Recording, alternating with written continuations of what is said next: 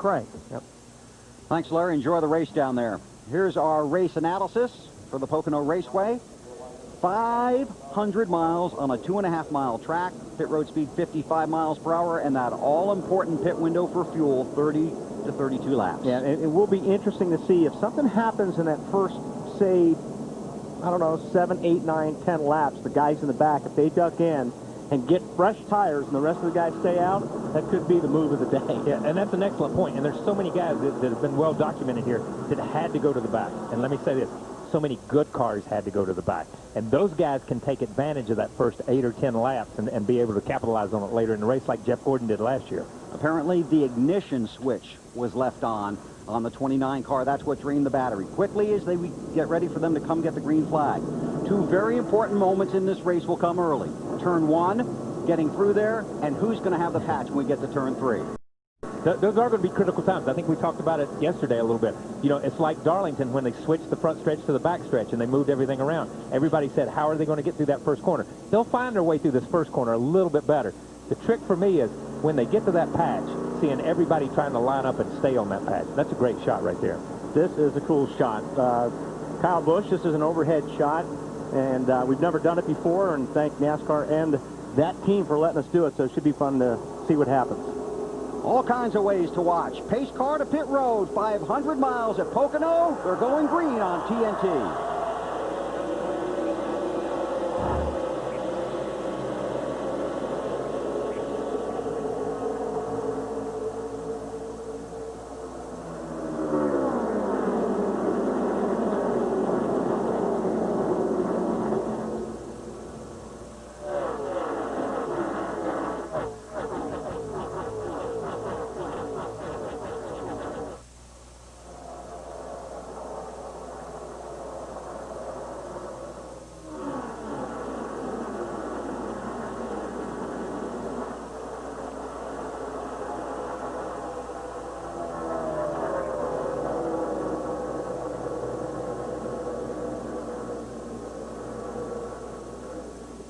Through turn 3, Jimmy Johnson with the lead. Carl Edwards on the move. Tell you what, Carl Edwards went to the bottom on that field, Kyle, and took off. And I tell you, I pointed it out on the mark. I thought Carl was going to force the 11 to go to the outside of the patch when they first got there, but Carl went to the bottom and hooked up on these new tires. Yeah, new tires. New tires. You said Critical. Critical.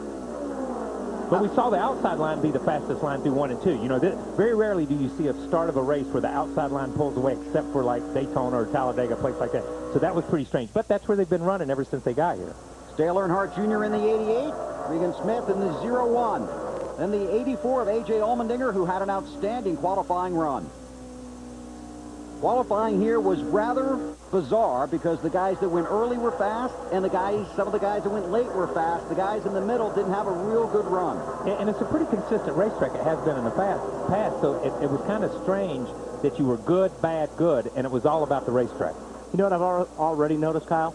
You remember you used to go down to turn 2, and if you were on the outside and you had a guy on the inside, you had to let him go. Now, seems like guys are wanting to stay on the outside because if they can go through 2 on the outside, they're in the right spot going into 3. Jeff Gordon was just doing that. Yeah, that's a killer point because I never wanted to go on the outside No. of him. I didn't want him to use my car to get through to the tunnel. On board with Tony Stewart as he tries to work his way through the field here early. Stewart comes in off the disappointment at Dover last Sunday. Caught up in that early race crash, finished 41st.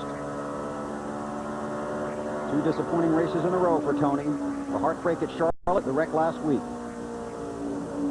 You know, I think we talk a lot about the Gibbs organization and what Kyle Busch has done. But you look at the 20 car of Tony Stewart and Denny Hamlin, and, you know, there, but for just a little bit of luck, these guys would be sitting on 6 or 7 wins as an organization. See Tony taking a look down there below the strip of asphalt they've laid down in 3.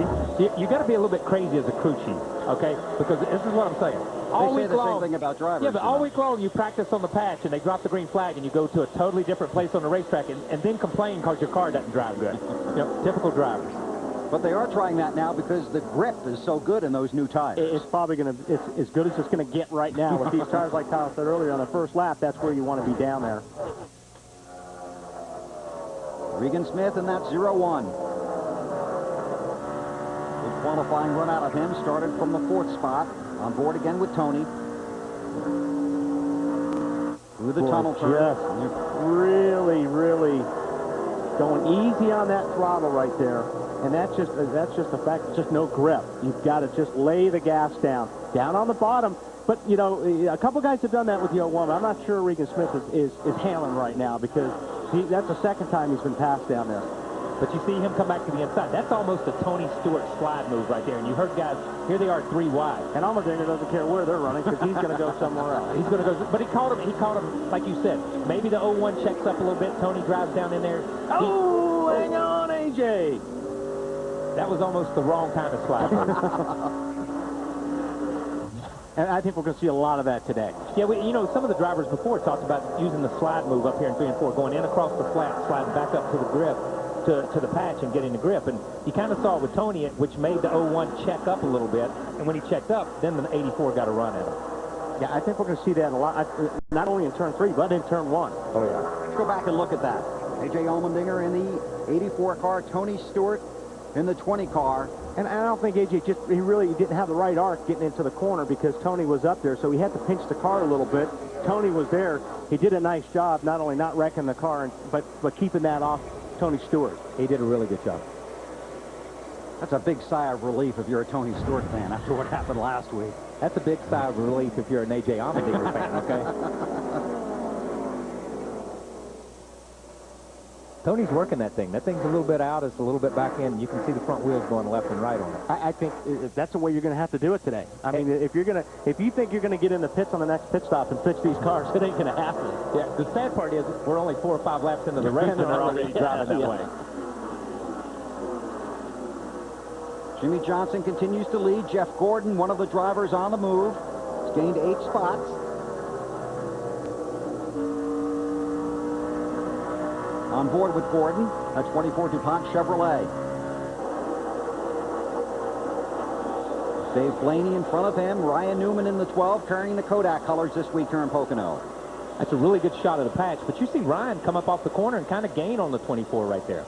Let's check with Marty Snyder. I just talked to Steve Lassard, and he told me about Friday's practice. They felt like they were pretty good in this 24 car on Friday's practice. But Jeff messed up the qualifying lap. And yesterday, the car was complete junk. It didn't change a whole lot, so they weren't sure what direction to go. But Steve told me, I'm not really worried about it. This is how we've been all year long, about a 14th, 15th place car in practice. But lately, we've been racing much better. So far, Gordon going to the front, Bill.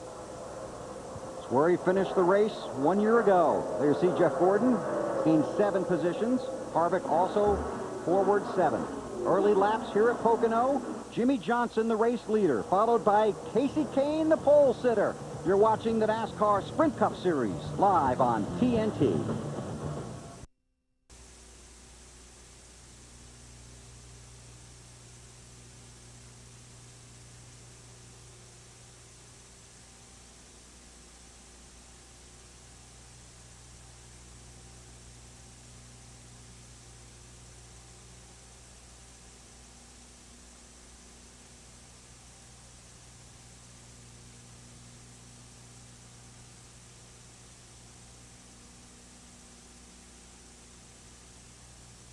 Shera hits the ball to the right side. Now Atlanta has the...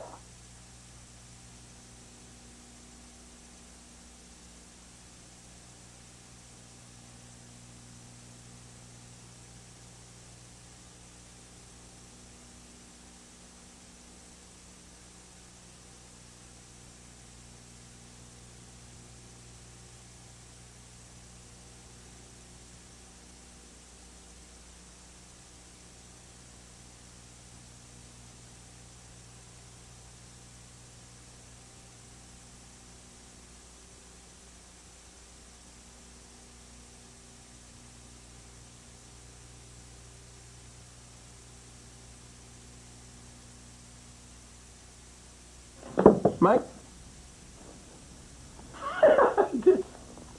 Oh, that's We're back here at Pocono Raceway in Pennsylvania. Jimmy Johnson continues to lead. We apologize for our audio difficulties. We hope to have those fixed for you. I asked you if I could unplug this. I told you not yes. to. I told you not to touch anything. Casey Kane has been working on Jimmy Johnson. Here's another battle. Regan Smith, A.J. Allmendinger.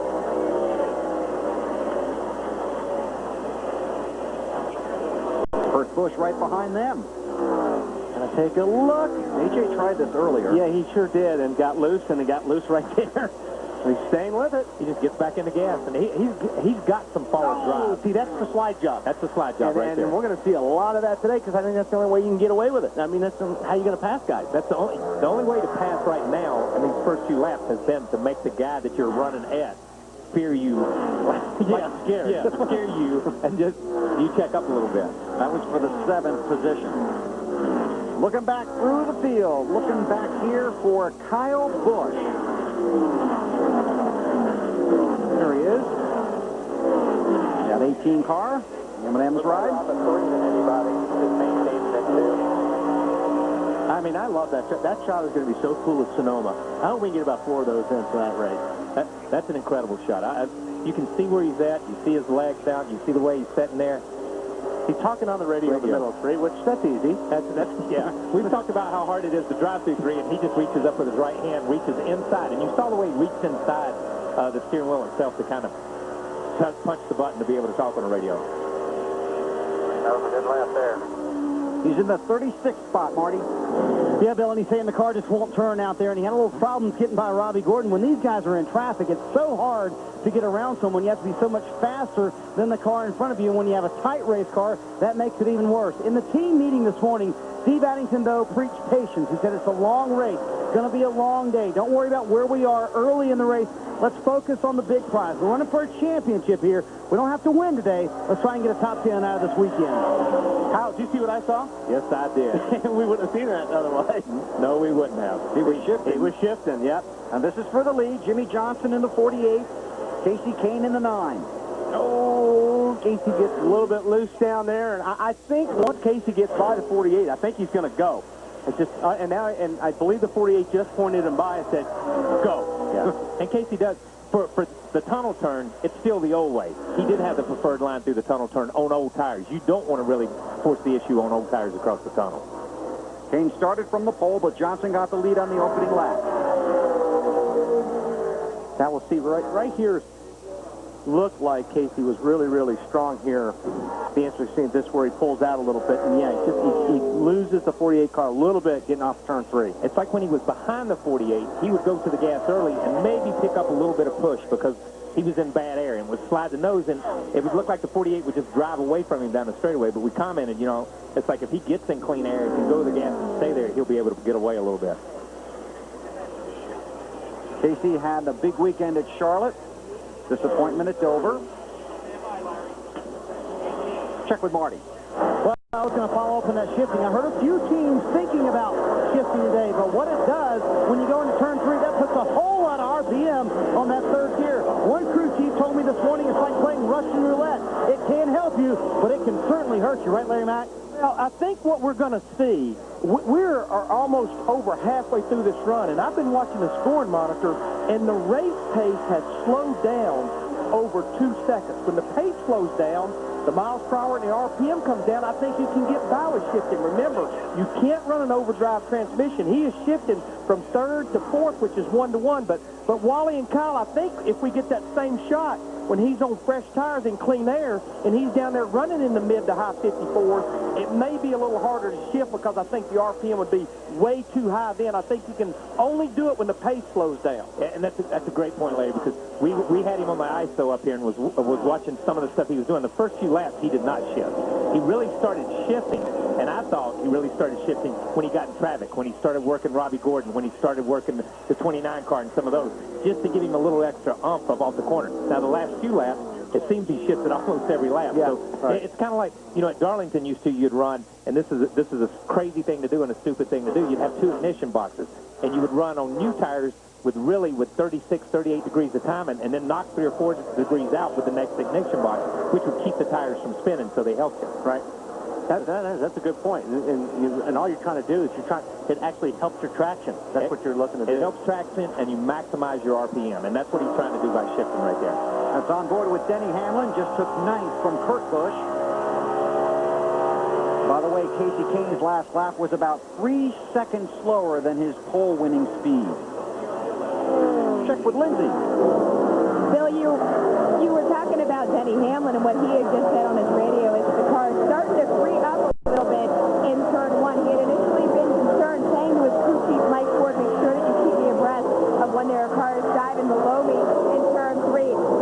on and said the plan is to bring that car in about 10 laps for a pit stop. That would be about lap 28. Bill? Thanks, Lindsay. You know, you listen to him talk about the car being freed up a little bit in turn 1, the 11 car. It's okay. These guys suffered through turn 1, and we were talking about it before. You've got bank down there. There's 14 degrees. There's enough to catch you down there. We saw AJ get caught by the bank. You slide up, so it slows you down, the bank in itself. The corner that you don't want to be free in, and you really want to get good grip, is this corner right here, turn 3. You really want to be able to drive off this corner and get down the straightaway. And we've seen, since Casey got in front of the 48, he's able to maximize that corner, and he's just a touch faster. Yeah, because this leads to that long straightaway, and if you want to go fast somewhere, it's down this long straightaway. That's where you want to get off this turn 3. Pocono has been won from the pole 12 times, including 5 times in the last 14 races. Pole sitter Casey Kane out front.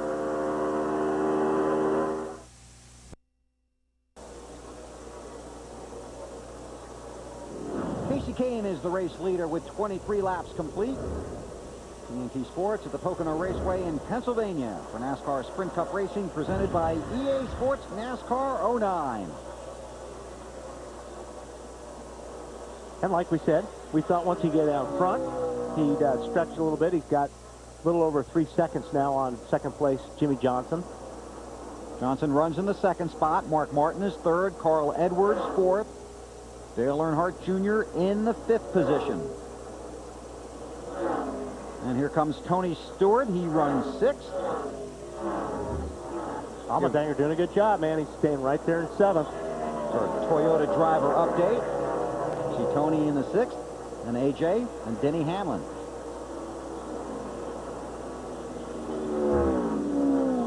Yeah, some of these cars still look like they're going down the racetrack sideways. Like Allmendinger's car. They do. You know, and a part of it's a little optical when you stand behind them in the garage area. The right side corner panel is really straight. They have really straightened those out. So the rear's offset a touch body-wise. But then when you put that rear end in there with that little bit of toe in it, it just sends you around. There are 3 guys running in the top 11 doing a real good job so far. Joe Nemechek is in 11th. Regan Smith is 8th, and A.J. Allmendinger is 7th. Marty. Yeah, let's give some credit to him. Good call there, Wally and Bill, and he's done a terrific job. He hasn't said a whole lot on the radio. Had that anxious moment early in the race, but the car, he said just moments ago, just a little bit tight, but they've done an outstanding job qualifying up front, keeping the car up front. I asked A.J. one goal for today earlier. He said, laps, that's all I need, a little seat time. You got Scott Riggs running in the 12th spot. You got Dario running 14th. I mean, there's some guys that had to qualify on time, that put in really good laps, and you thought it and you say, okay, they're star cars. They got to qualify on time. And then all of a sudden, when they drop the green flag, these guys have stayed right there. And Dario Franchitti back in the car this week after getting injured earlier in the season.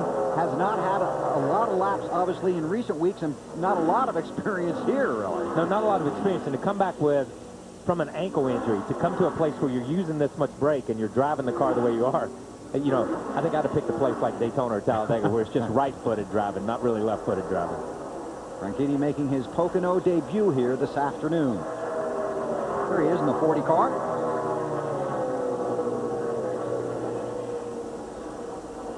Started in the 12th position. Currently runs 14th.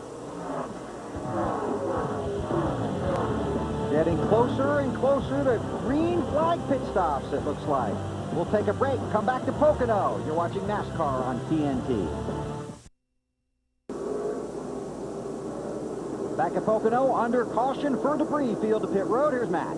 First car to hit his stall is Carl Edwards in 4th, as the car was just too tight, especially on what he considers the most important turn, turn 3. They tried to free it up so that way he can get back in the gas so much sooner. Ralph? Jimmy Johnson has been starting to get freed up. He's not sure what's going on because it was loose going into 1, so they're going to go up on the left rear panhard bar. Marty. Kenny Francis, the crew chief for Casey Kane, told everybody to take a deep breath and relax on the stop. Took him a while to get the lead, but once he did, he was able to stay out front. He said it's a little bit tight, exiting every corner, a half around on the track bar. So far, a good stop for these guys. They will win the race off pit road over Jimmy Johnson. Lindsay. Marty, Denny Hamlin's car was in and out. He has said that he had a skating condition in the back of his car, so they made an air pressure adjustment, took down the track bar a hair, and they're trying to correct that issue. Thanks, Lindsey. Casey Kane wins the race off of pit road.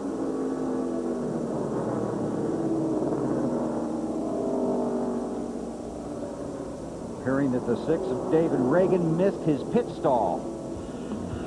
We'll check into that, update the running order, and tell you about Scott Riggs and Martin Truex Jr., who'd already been on and off from pit road. 14th race of the NASCAR Sprint Cup season.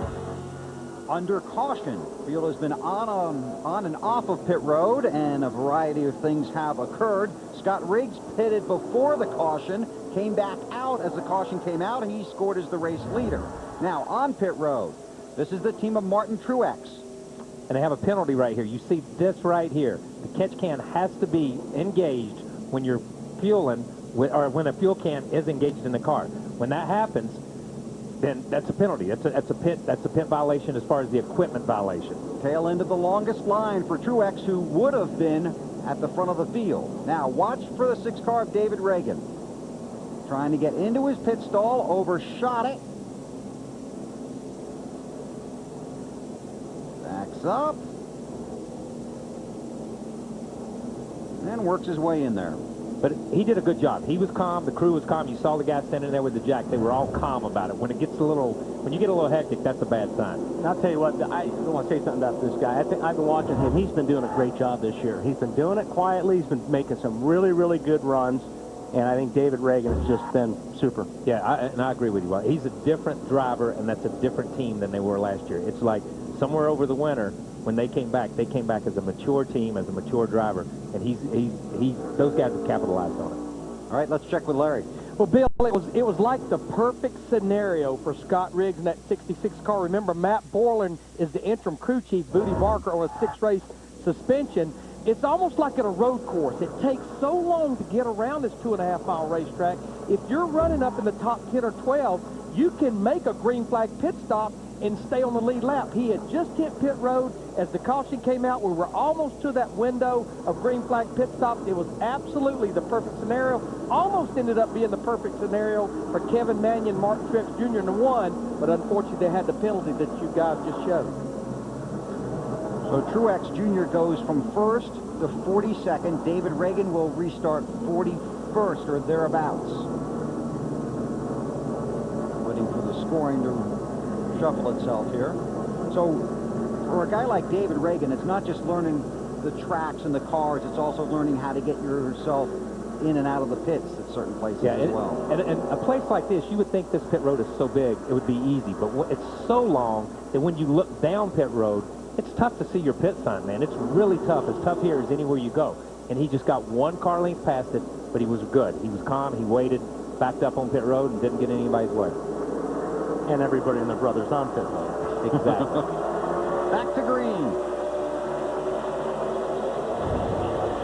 But Truex in the 43rd spot, Rudeman 42nd, David Reagan 41st on the restart.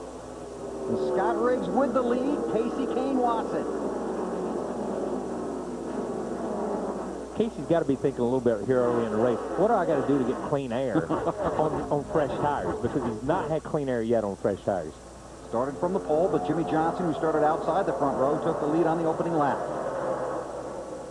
How about 66, Marty? Well, Bill, you talked about him pitting a lap before everybody else while we were still green.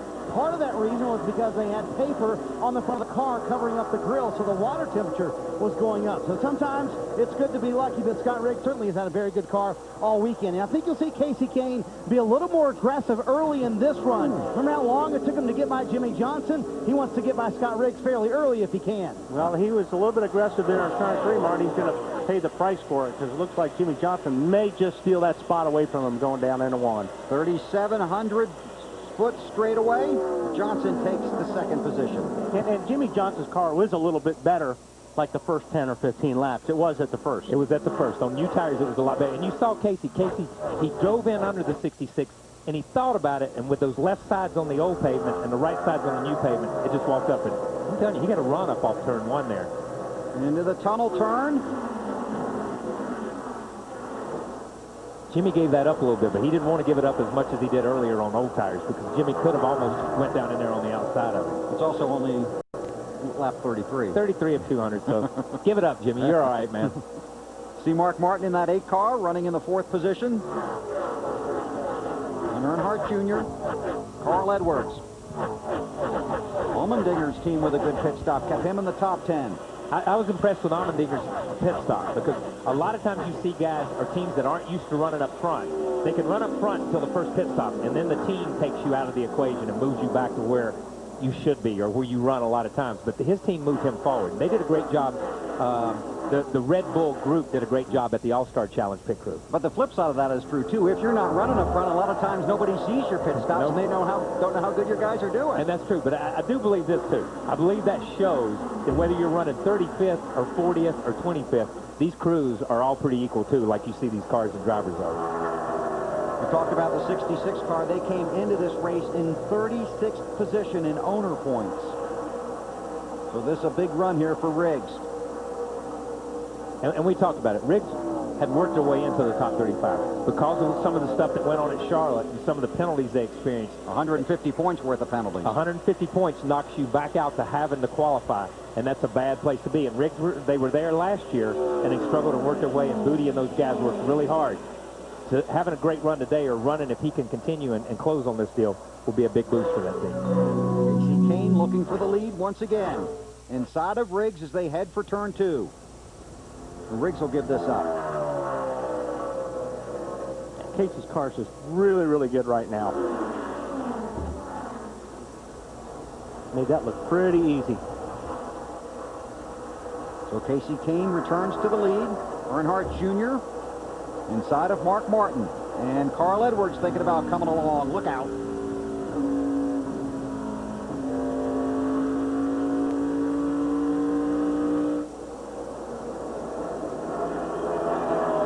About driving up there in front of Mark. I think he had enough room, but he wasn't quite sure.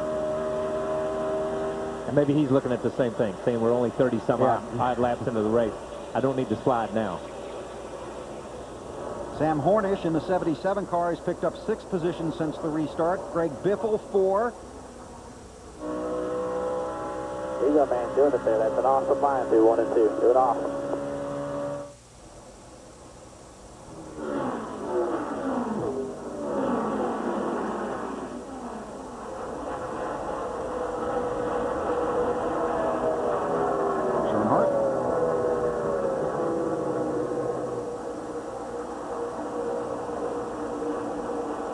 You can see everybody continues to run that patch right now. You know, nobody's really venturing too far, especially when they're by themselves. They're not venturing too far off of it. You'll see a couple of them drop their left sides off or their right sides.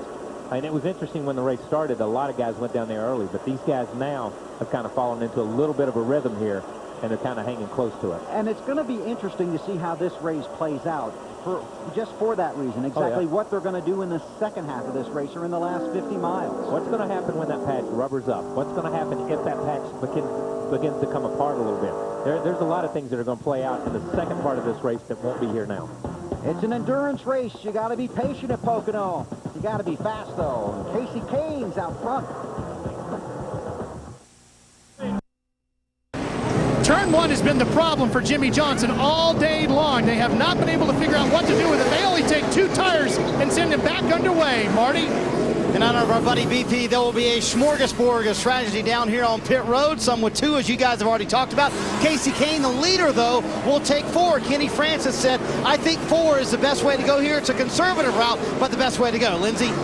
Marty, Denny Hamlin had inched up to 8th position. They're saving time to gain some more. They just brought him in, gave him 2 tires, topped him off with fuel, said there was a piece of tape behind the splitter on the brake, but right now, not making any changes on that. Well, I think the race has officially started. Gonna shuffle the running order here using pit strategies. Some guys taking 2, some guys taking 4. Ryan Langley, front tire changer for the 84, going to work. Under caution at Pocono. And really only had about a dozen green flag laps on those tires, but it's the tires and the fuel. That's still too many here. That's a dozen more than I want on my tires. Having guys right behind you with either 2 new ones or 4 new ones, and it's going to be interesting to see how this plays. It's like you say, now the games begin. You know what I mean? Because you got 2 tires on some guys, 4 tires on some guys. You got guys out there that didn't pit at all. And believe me, there's a lot of pit crews, or a lot of crew chiefs on pit road that are going to be watching to see how far the 1 drops and are going to see how far the 48 goes forward with just 2 tires. I think the guys that didn't pit are going to be asking their crew, why didn't we pit again and get tires? What were we thinking? The only guy that didn't come to pit road was Truex. He's already slipped to second behind Jimmy Johnson.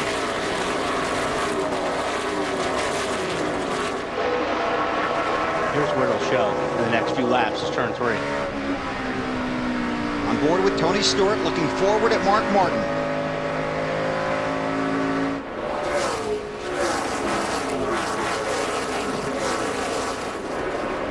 Hey, he got through there pretty good. Of course, Mark's his teammate, so Mark's giving him a little bit of room. Yeah, you know what I mean? Mark didn't force an issue on him in turn 3. You're still going to have to give a lap or 2 before you get these things up to pressures and temperatures and all. Here's AJ still hammering that inside, I like that bottom. Mark Martin looking to the inside. And Tony Stewart thinking about maybe going inside of Mark. I don't think there's any maybes about this one. Yeah, now this is old Pocono racing right there, where everybody was like, are you going to let up? Am I going to let up? Who's going to let up? How are we going to do when we get here? You see Truex loses 3 positions between turn 1 and the tunnel turn. And that's not all tires. Let's be clear about that. But those guys just got a really good run on it. Well, they know that he didn't stop. Yeah. Here comes Denny Hamlin in the 11.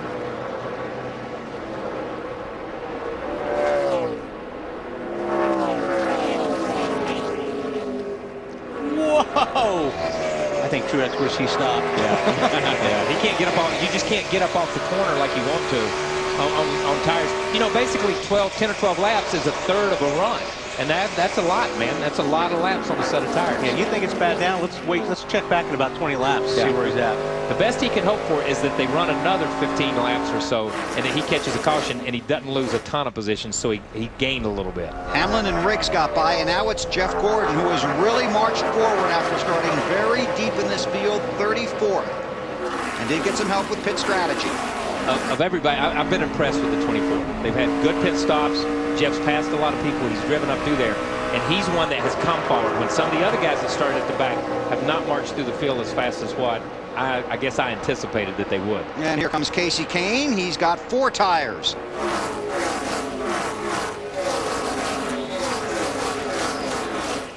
we're going to say the no tire.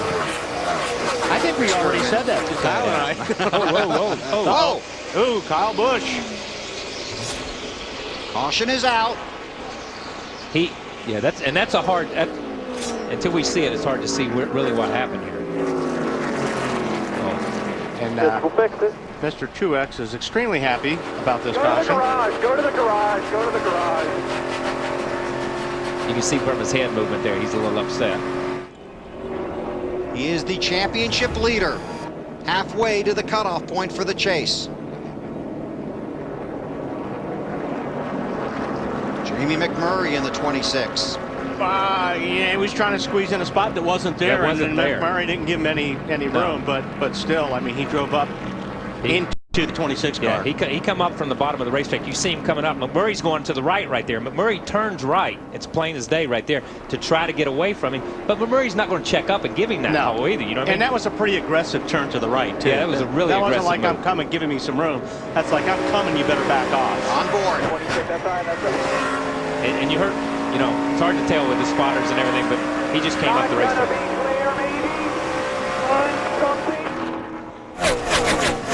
I didn't hear the spotter. What did he say, Kyle? He said 26, and about the time he said 26, he got into the 26. Yeah. He was making a move as the spotter was talking. You know what I mean? Kyle Busch finished second in the truck race in Texas on Friday. Struggled a little bit Saturday night in the Nationwide Series and has trouble here in Pocono. Our TNT race family in Pocono.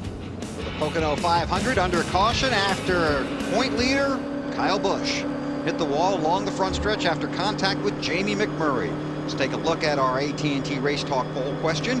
How many races will Kyle Busch win this season? You can text the word race to 191 on your AT&T wireless phone and vote. One race he won't win is this one. Take another look. Team down on the bottom, Now, a spotter's trying to keep him up to date on where these guys are. And Kyle obviously thought he was clear, but he wasn't. But that wasn't Jamie's fault. That was not Jamie McMurray's fault. You can see Let's from listen. 26 outside, that's up. Well, then there's a little bit more Not before gonna that. be clear, maybe. Not a run. That's Kyle being frustrated. You hear the spotter say 26, and then he kind of catches his breath. See how it buckled? I mean, it's hard to tell right there. Wally and I were pointing at something. Sorry about that. But sorry, man. Not his belt buckle. But no, not his belt buckle. But you hear him say 26, and then you hear the frustration in Kyle's voice say, "Not going to be clear, maybe 26 out there." One of those deals, and that's just being frustrated at something that takes you out of a race.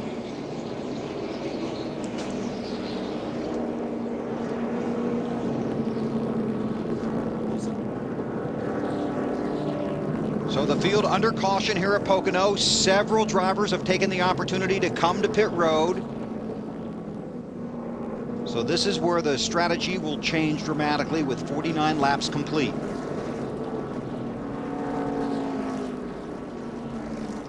Jimmy Johnson is the race leader. Then it's Tony Stewart, Mark Martin, Carl Edwards, and Denny Hamlin. Scott Riggs, Jeff Gordon, Casey Kane, Matt Kenseth, Greg Biffle. The top 10. See the lights out on the pace car. Be going green this time. And I think Truex came in and got tires, but I couldn't be mistaken. He came to pit road. He was one of the cars that came to pit road. Yeah. Oh, I don't think you're mistaken. I think he got 4 and 1 in the trunk. Yeah, he wanted to make sure he got an opportunity this time. There's Martin, and he scored in the 30th position. Remember, he had to start at the tail end of the longest line. And this is when you feel like Superman. Yeah, you have 4 tires on. Guys in front of you don't, or they've got older tires on. This is when you make the hay. But one thing is, there's 43 other teams out there, 42 since the 18's in the garage area, that learned off what Truex did. They won't be doing that. Exactly. The rest of the day. I don't think you'll see it unless there's 3 or 4 laps to go and we're getting ready for a late race deal. You won't see somebody stay out and try to keep It won't position. be a driver's vote. No, it would not be a driver's vote. So the field works its way through turn 3. Work out the numbers for you, but basically the guys at the front half of the field opted to stay out on the track.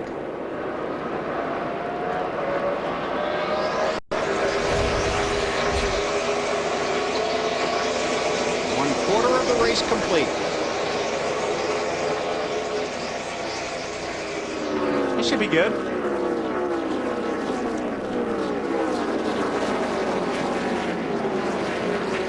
That's pretty cool right there. Yeah, this is the way it used to be at Pocono when you come here with those. Watch away to the center. But this is the feeling that you kind of get in this car, isn't it? When you're heading down into turn 1, that you're going to see a little bit more of that kind of stuff? I was hoping that as the race went on, we would see a lot more of what we're seeing right now. And it has been. If you go back to the restart of the race, they didn't do any of this on the restart. They were very tentative getting into turn 1 and turn 3. All of a sudden, they've got some laps under their belt running in close proximity to each other. And now they're diving to the bottom. You see Carl on the bottom right there. You see the 12 car on the bottom still running. These guys are venturing back down. You see Truex with those 4 fresh tires gone back to the bottom. So these guys are venturing out of their comfort zone, which was the high side of the racetrack. And we got a quick look there at Kurt Busch, who currently runs in the 27th position, and his guys on pit road did a real good job fixing the front nose of that car, the splitter. Well, they really did, and I thought it was going to take a lot longer, but they came out with the drill, and they just drilled 3 or 4 new ones in, and he's good to go. It was amazing. I'm going to get that. You know, they just came out and instead of putting on the other things, putting on the other braces that they had, they drilled straight down into the splitter. You see them drilling this piece. They drill it straight down and connect it to the top of the bumper, which is such a cool idea. I'm going to take this back. Everybody at Petty Enterprises that is watching this, we need some of these things because I've been known to run over things and tear the splitter off these cars. But this is such a quick fix. And if you look at it when they all back away, it shouldn't affect the handling of the car hardly at all. And you can't underscore the point enough, as you see Jeff Gordon battling with Casey Kane in the upper left, that those splitters are so fragile, it doesn't take a lot to damage them. Marty? And let's give tremendous credit to Pat Tryson and his crew. Kurt was obviously very upset on the radio, as you would imagine, Bill. Very upset with himself, kind of got angry on the radio. But Pat Tryson the entire time stayed calm and never got over anxious about things. They came down, they made 3 separate stops, fixed that front splitter, kept him on the lead lap, and maybe kept him in contention for this win. That's how Pat is, though. I mean, Pat's one of the most common things. If Pat ever got mad, I would leave the county. Because I think he could really get mad. But it takes a lot to get him upset. It does. He's the kind of guy that when he gets mad, you don't need to be anywhere around him. I don't think I've ever seen him in all the years that I've ever been around be upset coming out of the track. I've seen him all but suspended and put on probation, and he just, oh, yeah, that's the way it is. I'm just going to go home now, and I'll watch you guys on TV. Greg Biffle with a nice move there to pick up a couple of spots. Biffle in the 16. That's Kenseth behind him. That's Gordon and Earnhardt, teammates out of Hendrick Motorsports. I'm going to tell you something. The 24 car is struggling a little bit after this restart. He's lost 3 or 4 positions just in the last lap and a half or 2 laps since we've been sitting here watching. Once the 9 car got around him, these other 3 guys have driven pretty much around him. Gordon runs in the 11th. See, we'll take a ride with Jeff Gordon. Goes into the tunnel turn here. On the throttle, a little bit of brake. Let it float down in. Easily. There's a 3rd spot right there. Denny Hamlin takes it from Mark Martin. And here comes Carl Edwards.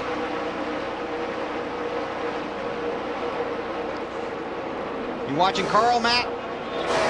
Bill, he's multitasking from inside that race car right before the restart. He now has Mark Martin back in front of him. He lost him for 2 laps, but he says, you know, I've got a weird feeling. I have a hankering for some steakums for some reason. But he does say also, keep an eye, there may be some weather in the area. And then on top of that, he says, my car is still a little tick on the tight side off turn 3. We're going to need to work on that a little more on the next stop. This is for 6th right here. Scott Riggs in the 66. Casey Kane, the pole sitter, in the 9. Budweiser Dodge gets the position.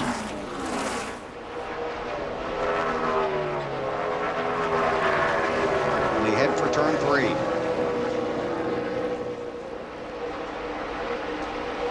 You know, Denny's one of those guys that we talked to him in some of the pre-race stuff, and he was just really, it almost looks like he's got a little damage on the right front there. Look at the right front of this car. It's caved in. He's gotten into somebody on a restart. Now, it doesn't appear to be hurting him because he's driven up to 3rd place, but this thing is caved in right there on the corner.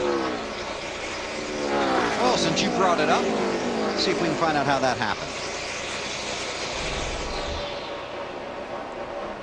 Watch Hamlin pulling out of his pit stall.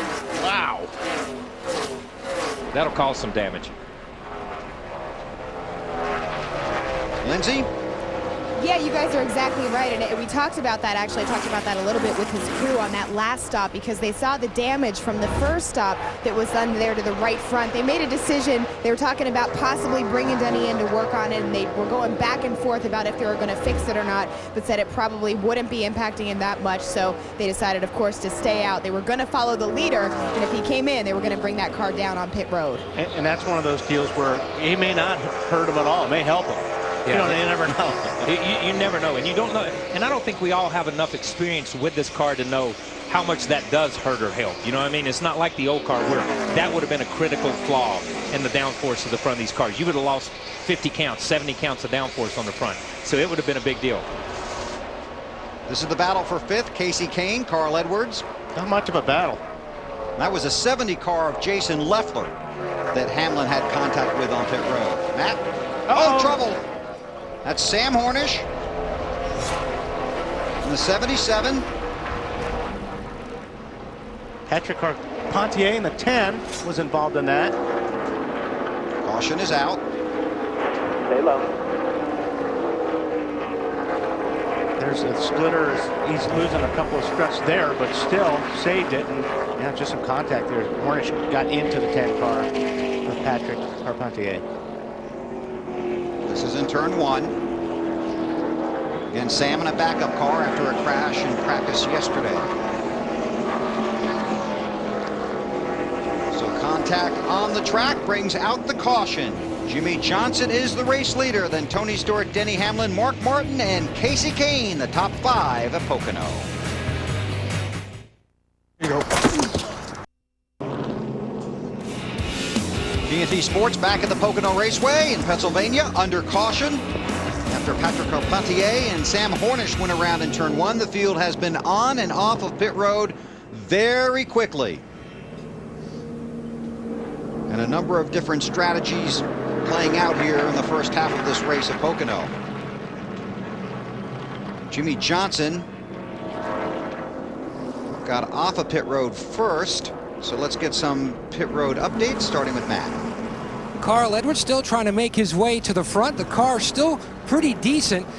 Some slight adjustments, air pressure, and also they were multitasking with their water bottle pole. They had a water bottle, a sports drink, and then also a bag of ice. The temperatures are pretty warm here at Pocono. Lindsay? Oh, right they are, Matt. That sounds good right about now. Denny Hamlin came into his stop. They gave him 4 tires fuel. He said he's a little bit tight off 1 and 2, kicking you-know-what through 3. But about what we talked about, the right front, they said a little rub on the outside, but it looks all good. To Marty. Well, Lindsay, unfortunately, Casey Kane is not done pitting. He will come to pit road this time. At the last second, Kenny Francis called off a 4-tire stop, changed it to a 2-tire stop. Problem was, they already had 3 lug nuts off of the left front tire, so now they've got to come back in, change those left sides for Casey Kane. He will be way back in the field, but obviously does have a very fast race car. Bill? Thanks, Marty, and here is the stop. Oh, wow. And that boy's lucky he didn't get his hand broken, because a lot of times you'll be on the lug nut when the guy gets ready to pull forward, and that's just miscommunication right there. 5, 4, He's 3, the pole sitter, 2. has led 19 laps so far today. Now they go to the left side and complete the stop. Brian Vickers did not stop. He scored as the race leader. Let's check with Larry. Well, that's what I was going to point out, Bill, is we go to the Brian Vickers 83 car that stayed out, Kevin Hamlin. Now, we know that did not work out for Mark Truex Jr. and Kevin Mannion. Earlier in that 1 car, they were very glad to get that caution.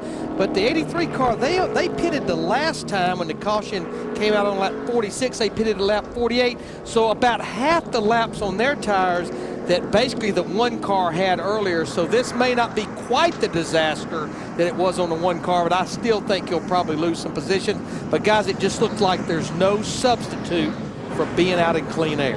Larry, are you sure they're not coming in this time? They may be. They may have just stayed out or? to get the 5 points, but, you know, they've already led that lap, so I don't know. We'll have to see if they do come to pit road. And you talked about the damage to the front of Denny Hamlin's car. And just about as you were talking that, on lap 53, we're working 60 right now, he ran his fastest lap of the race. So obviously it's not hurt his speed. And it was funny because the reason I even noticed it when I was looking at it was he was down under the 8 car, and it's just the way the reflection was. It says, you know, so it's there, but it's not killed him. And obviously they've not even tried to fix it. About a little more contact on pit road. Wow, there's a traffic jam. And the 6 went to move to not hit the cone and ran right into Jeff Burton. Burton obviously not real thrilled with that. Burton cut back in, but Burton doesn't know why he turned left either. You know, right. Burton doesn't realize that he's trying to avoid something. And you know, a lot. And once again, this is such a huge pit road. You would think there's no way people can run into each other on pit road, and we see more things at this racetrack and more bizarre things happen on pit road than almost any other pit road we run. And Brian Vickers did stay at it. He stayed out. Here's today's Aflac trivia question. Who has the most starts at Pocono? Read the question carefully. Ever? Ever. In the history of all time. In NASCAR. Oh, in NASCAR. See, once again, there we go. So you throw another kink into the question that I have no clue about. Has the most Sprint Cup races, starts rather, at Pocono. See, it said it right there. That was the call. Oh, I'm sorry. Oh, you're going to give him the answer already? Yeah, what is, I don't know. Guess, come on. Oh, there we go. How about Ricky Rudd? Oh, that's cool. That's pretty amazing. I don't get it. I want to chime in something here. They were talking about Carl getting a Powerade and a water or whatever. And the other thing that was interesting was what? What did he get? Ice. Ice pack. Right. All right. And a lot of people don't realize it. Yeah, a driver will ask for an ice bag during the race, and especially under caution, because you can lay it on your neck while you're riding around under the caution, or you can unzip your uniform and put it right down between your shoulder or your shoulder harnesses, and it keeps you cool. Adding a lap here, staying under caution. We'll take a break. You're into the garage area. Just about everything in the front of the car except for the engine has been damaged at some point in time or another during that incident. Even in the back end here, word is they're thinking they may have to change out the entire rear end of the car, the rear housing. they're going to put this new nose on in place of the one that just came off. Here come the guys to grab it. Kyle, meanwhile, is up in the hauler, taking a look at the video, Matt, trying to figure out what happened. Ralph, issues on that last pit stop for Kevin Bono-Mannion and the one team. What happened? What hasn't happened today? I mean, it's been, you know, we made a quick pit stop on lap 27. Next thing you know, the caution comes out. Everything's cool. We're going to be the leader. And had a pit road violation with the man with the catch can. He slipped and fell down. He got back up, stuck the catch can in, but that's a penalty, having it out, not during the whole time during fueling. And then the last pit stop, we just got blocked in. So when you qualify as poorly as we did, you know, you're stuck back here. And the 16 was doing 4 tires, and he was just pitted out a little bit, and we had to come in at a different angle and had a backup. It's just Pocono and different strategy, gas only, 2 tires, 4 tires. People, it's just really difficult to pass. So trying anything we can to get our track position back, and we're 70 laps into it, and we're back to where we started. So we'll just see what. Hopefully, the second half of the race goes better. They're just hitting reset here, but they were going for 2 tires on that last stop to try to pick up some track position, and that issue on pit road cost them. And to close the loop on the 18 car real quick, you ask why they're cutting the nose off and putting another nose on. The problem is there's a minimum speed that NASCAR has implemented, and we've already documented how slow the speeds are slowing down anyhow. They're just barely running minimum speed. What NASCAR has told them in the driver's meeting, they're just barely running their minimum speed with their regular stuff. So if you go back out there with a crash car, there's no way they're going to let you run like that. And just to point something out, Kyle, when you play with the toys up here, they'll bury you in the truck. No, don't quit. I'll quit. But they will bury you in the truck. I will quit. For I'm the not fun of touching it anything only. else. You got to keep trying. You got to learn, right? You got to learn. I'm getting ready to go to the toys right now. The Fresh Start is brought to you by Subway Restaurant. Subway, eat fresh. Green flag back in the air at Pocono. 48 jumps out right away, trying to take that spot away from Vickers. He wants to be in that clean air. And the situation here is, again, you have a number of cars that took 4 tires, some that only took 2. The 83, he's the guy that didn't stop. Didn't stop. Didn't stop. And what did Larry say about that? It may not be as bad for the 83 as it was for the 1, but it's looking awfully bad for the 83 right now. Vickers hanging in second. Matt Kenseth on the march. That's 17. See how they're going side by side through there? I mean, yeah. I know it's on fresh tires and stuff, but you know what? Maybe with the old car, and I've not raced the new car up here, I'll say that. But maybe with the old car, it had so much downforce, you felt really comfortable being just driving it off in there and sticking it.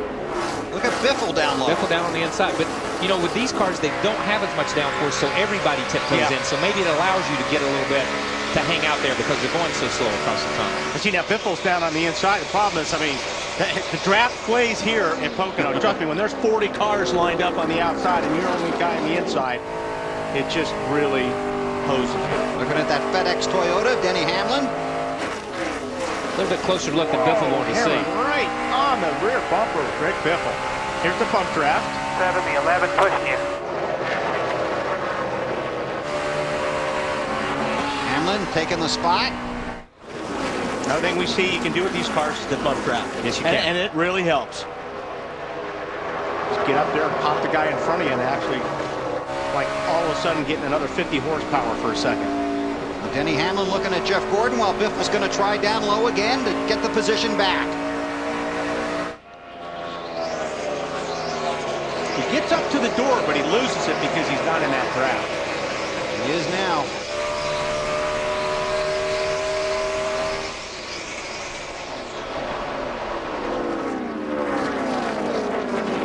Matt, how about the Biff? The car's still tight, Bill. One issue that he has had, and it's similar to what he experienced last week at Dover. He has no cool box. For whatever reason, it quit working. Last week, he had to turn it off to save his battery. This week, it just quit working. So in these hot temperatures, he does not have that driver aid. He'd like another air pressure change, though, to try to free that car up even more. And those boxes are, you know, they're pretty important because the way these cars are built, especially with the side window, it's not like the old days when you had windows open everywhere. Yeah. These cars, they roast you inside because there's no air moving inside the race car on a driver. With this car, they've designed it to just be slick. and no air comes in. And here we see the 20 car passing the 66. But the other thing that the cool air box does is it gives the driver fresh air. It filters it through the box, and it gives the driver fresh air. So when you say, yeah, coolness is one thing, but having fresh air and being able to breathe fresh air, he's breathing a lot of fumes. I heard more people say after Darlington down there that they felt like they got gas for the first time in a number of years with this car compared to the old car. It is overcast right now at Pocono. Temperature in the mid-80s. The forecast earlier in the week was for 92 to 95 here this afternoon, and that's when you really want your cool box. Yeah, you need it. You know, most of the time it's 20, 30, 40, sometimes as much as 40 degrees hotter inside a car than what the ambient temperature is outside. So if it's 80, you can go back and say, okay, it's 120 inside the car. And when you don't have any cool box, man, it's tough on you. Ralph, how about Tony Stewart? Well, this is a car that they've been chipping away at all weekend long. They really weren't that happy this morning, but Greg Zipadelli made a lot of little changes and added up to one big package, and they're starting to feel pretty good about it. And Tony says the car is very happy in clean air right now. He's got good spacing right now, so that 20 should be running pretty good. Again, Tony Stewart comes in here after a tough couple of weeks at Charlotte and Dover. Lost a tire. Oh, multi-car crash. Carpentier again. 38 is in that as well. I think the 77 was in it again. Yeah, Gilliland, yep. I thought I saw him go around one time. Brings out our 5th caution flag of the race. Same corner too, I think. Yeah, turn 1. Pick it up a little bit underway.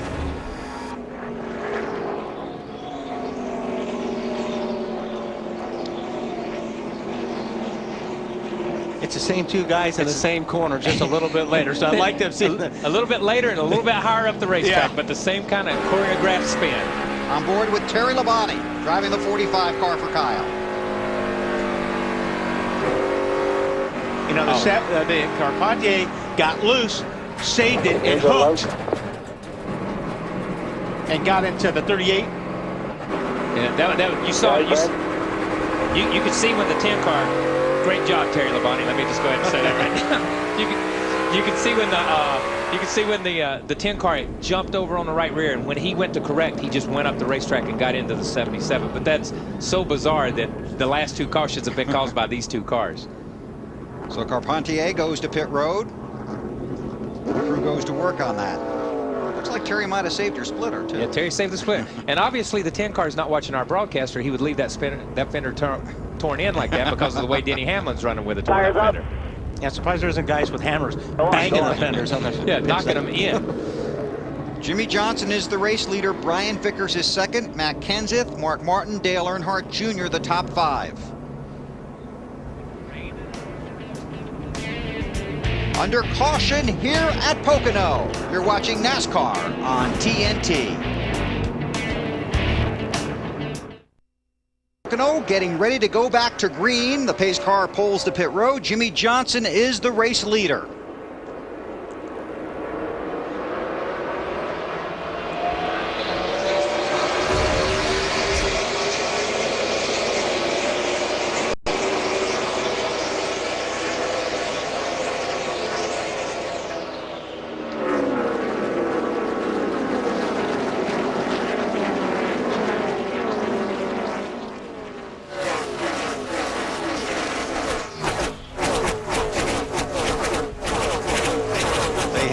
For the tunnel turn, we can tell you that Denny Hamlin did come to pit road and has fallen out of the top 40 now. Again, 42 cars on the lead lap here. The only car not on the lead lap, Kyle Busch, back in the garage after hitting the wall earlier in the race.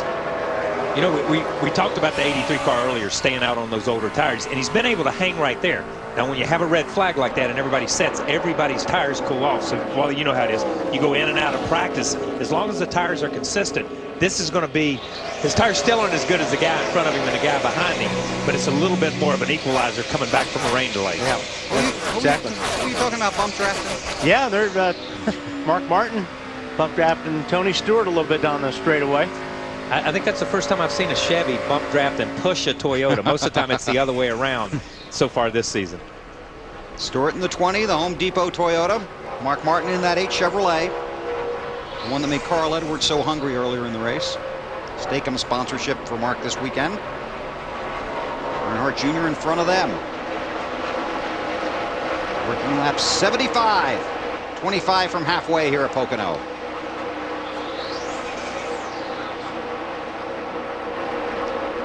Ryan Newman in the 12. Ryan has been one of those guys who's kind of gone to the bottom. He did early, but you can see coming up off the corner here, coming up off turn 3. The guy on the outside being on that patch just gets that run, and Ryan's right up next to him, and then he puts 4 car lengths on him down the straightaway. There's Biffle with Allmendinger in the 84. For 7th spot.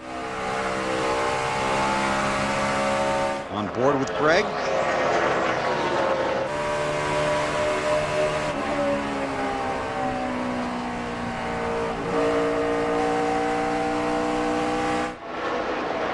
And you continue to wait for Biffle and Roush Fenway to finalize either a deal or the fact they're not going to have one. Talking to Greg in the garage this weekend, I get the feeling he's pretty sure. I get the feeling he knows exactly what he wants to do. He's just trying to figure out if they can get some details worked out. Yeah, and you know, I think he was. They didn't run that good last year as a group. The Roush organization didn't. They struggled, and he was very vocal about it in a lot of incidents. And you know, and he was just looking for something. This year they've come out, and as an organization, I think we've talked about it earlier. They've kind of stepped up their level of play. You see what Carl's done. You see, we talked about what Matt Kenseth's done, dragging himself really back into an opportunity to be in the chase. And Biffle, but like we said before, there whisker tight. He's talking about still a little whisker tight, but he's drugging there. But for a little bit of luck, he would have won a couple of races. How about it, Matt? Well, Bill, you just have to look at the changes that have taken place on the entire 16 organization. If you look at the guys that go over the wall, 6 of the 7 are new to this team this year. 5 of their 8 road guys are new to the 16 organization this year. A lot of changes, and Greg Irwin told me at Bristol back in the spring, we see things are starting to come together. It's going to take till June till we know for sure. And June is here, and they feel like this team is really going to make a push toward the chase. You know, and I think that's the theme, and you talked about it, and Larry talked about it earlier in the day. So watch Allmendinger and Carl Edwards. Yeah, Carl Edwards just took that spot from Allmendinger. That's the 8th position.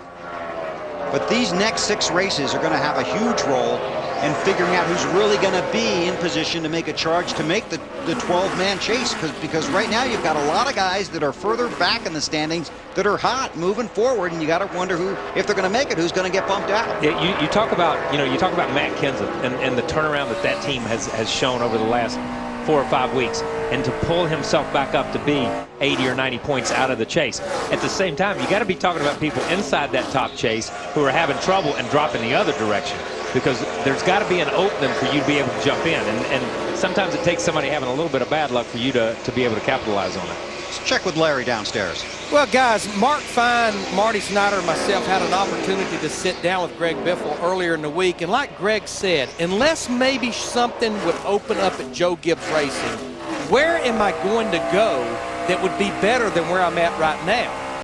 I've already had as many top 5 finishes this year than I had the entire season last year. So I think that's the thing he's looking at.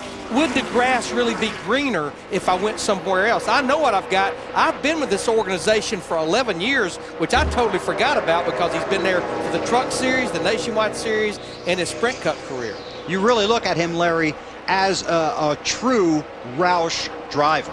Well, and we looked at Mark Martin as a true Roush driver and felt like Mark would be there until the very last time he put a helmet on his head, but that obviously changed. But so, you know, nothing is forever, but I just don't think Greg sees that there's a better opportunity out there than what he has right now. Especially now, because, I mean, they should have won some races this year. So they've been in a position to win races. They've had some, you know, bad luck in that situation. But yeah, at the end of the day, that's what you look at. At least if you've got a shot at winning races, you know, there's some hope. Yeah, all you can ask for is an opportunity. And I think last year, Greg, just like we were talking, Greg didn't feel like he had an opportunity to win races. This year, he feels like the opportunity's there. They've just got to capitalize on it. Greg Biffle, 3rd at Dover, 2nd at Lowe's Motor Speedway. Take a look at Tony Stewart. And let's look at some of these other guys that are having a good day here, that, you know, have really worked hard not only to get up front, but so far through the first 80 laps to stay there. A.J. Allmendinger, strong qualifying run. Started 8th, currently hanging out about the 9th position. We're going to have a yellow flag. It's on the front stretch behind you. Crash on the front stretch. Clint Boyer. Robbie Gordon made the move to pit road.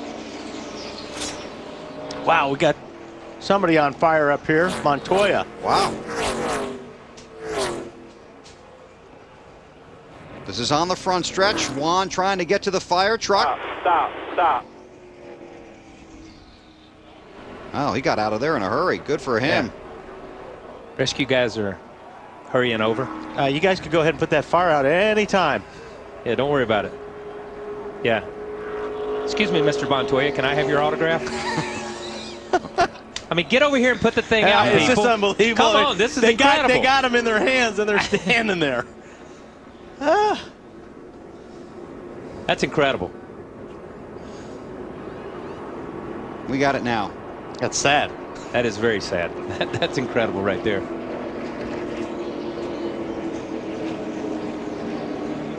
You can tell Juan's a little disgusted, so obviously he doesn't feel like it's his still fault. burning.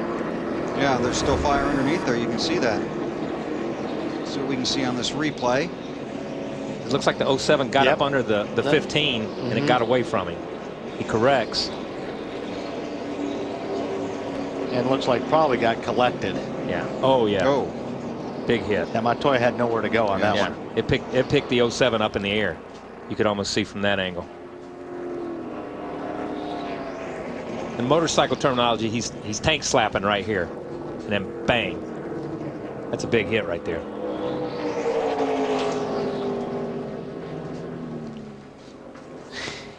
And then Juan ignited. Yeah, but he comes in catching on fire. Looking for some help. The guys that have fire extinguishers. Somebody with a fire extinguisher and a helmet on and a red suit. And he does what he should do. I mean, he's trying to get this thing off the racetrack. He's staying down out of the way, and he pulls to the fire. He pulls to the emergency crew. And you talked about it earlier. You have a lot of stuff on. Yeah, no, he got one 1,000. But he's out. Look out. Well, he was probably unbuckled when Yeah. he was going down. I think he was looking for a place to stop so he could get out. But yeah, these cars have a lot more room in them, and they are safer when it comes to that. So that was great to see. Under caution for the 7th time at Pocono, Jimmy Johnson is your leader. You're watching NASCAR on TNT. Hunter in West Virginia used it to get off the perfect shot. A rancher. Pretty good. That's 64% saying 6 or more. Where's he at right now? How many's he won? 4. So 4 is 16%. Those people were pretty safe right there that he would win at least 4, right? No, they're saying he's not going to win again. They're saying he's not going to win again. Hey, Larry McReynolds, are you down there? I am here. What do you think if you're crew chiefing on that 83 car? What are you thinking about right now? As much as I do not want to come to pit road, I'm loving this track position. What we have to remember, even though we've had a lot of cautions, remember at a track like Pocono, 2 cautions for fuel equal 1 green flag lap. But remember, he has not been to pit road since lap 48, which was, by my calculations, what is that, about 35 laps ago. So I think they're going to have to come to pit road because they're getting close on fuel. I think everybody's going to come to pit road. And I think you're right, but I think we're going to continue to see, with all these cautions, some fuel only, some 2 right side tires. I think we're going to continue to see that. Like Jimmy Johnson said, as long as we don't have that long green flag run. Well, I think something else you're going to see here, very similar to a year ago, you're going to see some guys put themselves in position to make sure they're at the front of the field as we race past halfway. Because we've already had 1 red flag for rain. There is a chance of more rain this afternoon here in Pocono. So we'll see how it unfolds. Pit road is still closed. Yeah, they still have a bunch of safety vehicles down there at the end of pit lane that they're working on, so that's why pit road is closed.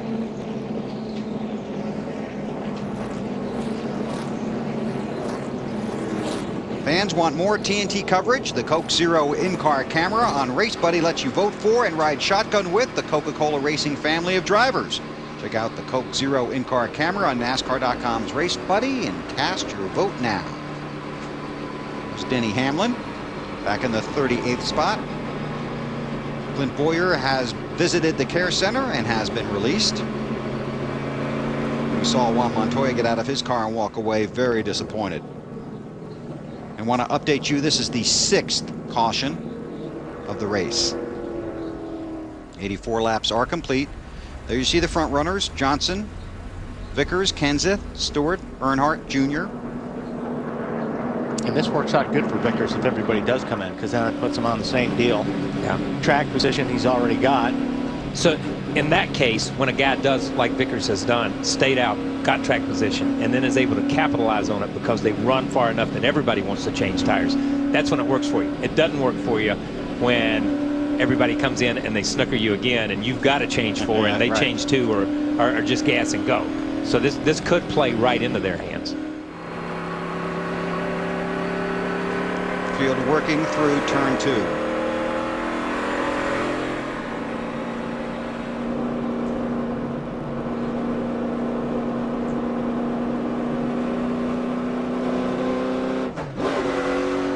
Jeff Burton. We want to update you on Juan Montoya's situation, and we'll do that as we move along here. But pit road is open now, and here comes everybody. Matt? Greg Biffle still searching for his first Pocono victory. Hits pit road in the 7th position. Says the car was getting freer and freer on that run, but it was still a whisker tight.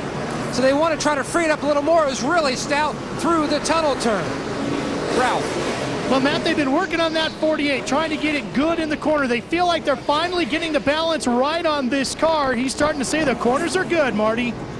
Ralph Dale Earnhardt Jr. is in the middle of your screen. He said he wants his car to be a little bit looser when these clouds come out. It makes it a little bit tighter, but not quite as much as he wants. So they're going to adjust with air pressure and 4 tires, but we will see plenty of cars with 2 tires on the stop. Lindsay? Marty, for Matt Kenseth, we also saw air pressure and 4 tires added. They had taken 2 the last 2 stops, so they didn't have a choice there. Matt had said his car was tight, so they're hoping to give him a little bit more adjustability. So I would say some guys use different strategy there, judging by the race off of pit road. And of course, a handful of guys, like Elliott Sadler, didn't stop at all.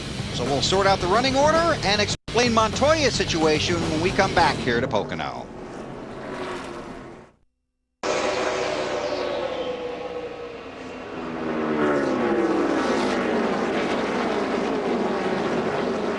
Fields in turn 1 just got the green. Top 6 cars did not stop. There you see Jimmy Johnson in the low Chevy. Well, Vickers stopped, didn't he? The top 6 cars here did not stop. Oh, okay, I'm sorry. Yeah. And the one car interesting in this whole pack is Denny Hamlin. He was back there. Remember, he came in the previous time at the end of that caution and worked on his bumper. Made no progress. He was as fast as the leaders were. Now he's up in 5th position. Yeah. Elliott Sadler, Bobby Labonte, Dave Blaney, Martin Truex, Hamlin, and Terry Labonte did not stop. They were at the back of the field. Everybody else came on to pit road. You watch the race and check with Ralph. We're down here with Clint Boyer, who's watching his crew work hard on his car. Clint, can you tell us what happened in that incident? It's just trying to, I followed the 15 for about 4 laps, and they were getting away from us. So I was just trying to force the issue there, and got loose underneath of him, and lost it. But it's just unfortunate. That stripe down there, patch, whatever they did down there, it's really created one line down there, and it's hard to pass and get yourself in those situations. But it was just a stupid part on my part.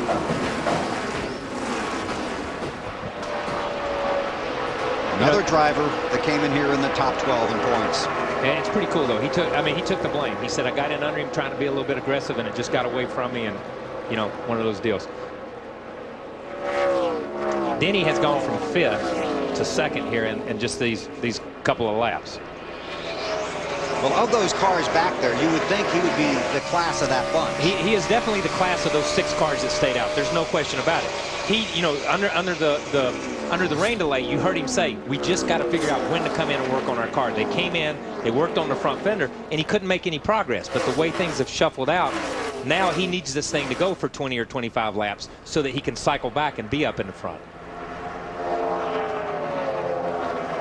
Mark Martin on the move. Truex Jr., his teammate behind him, on board with Tony Stewart. Now we'll watch the...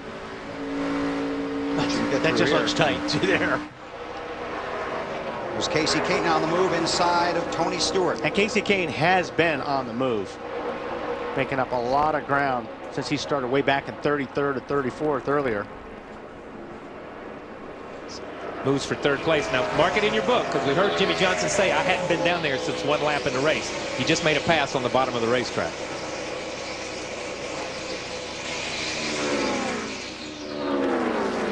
But you saw him as he come up off the corner. That thing got really, really loose. He began to lose some grip and slid up in front of Bobby there in the 43 car. Carl's following him by here. Now we'll continue to watch the race here as Hamlin looks to make a move on Elliott Sadler. This would be for the lead. Two of the drivers that did not stop under the last caution. But we have been told by NASCAR that the two safety workers we saw standing by Juan Montoya's car as Hamlin moves inside of Sadler, looking for the lead here, and Denny Hamlin to the point.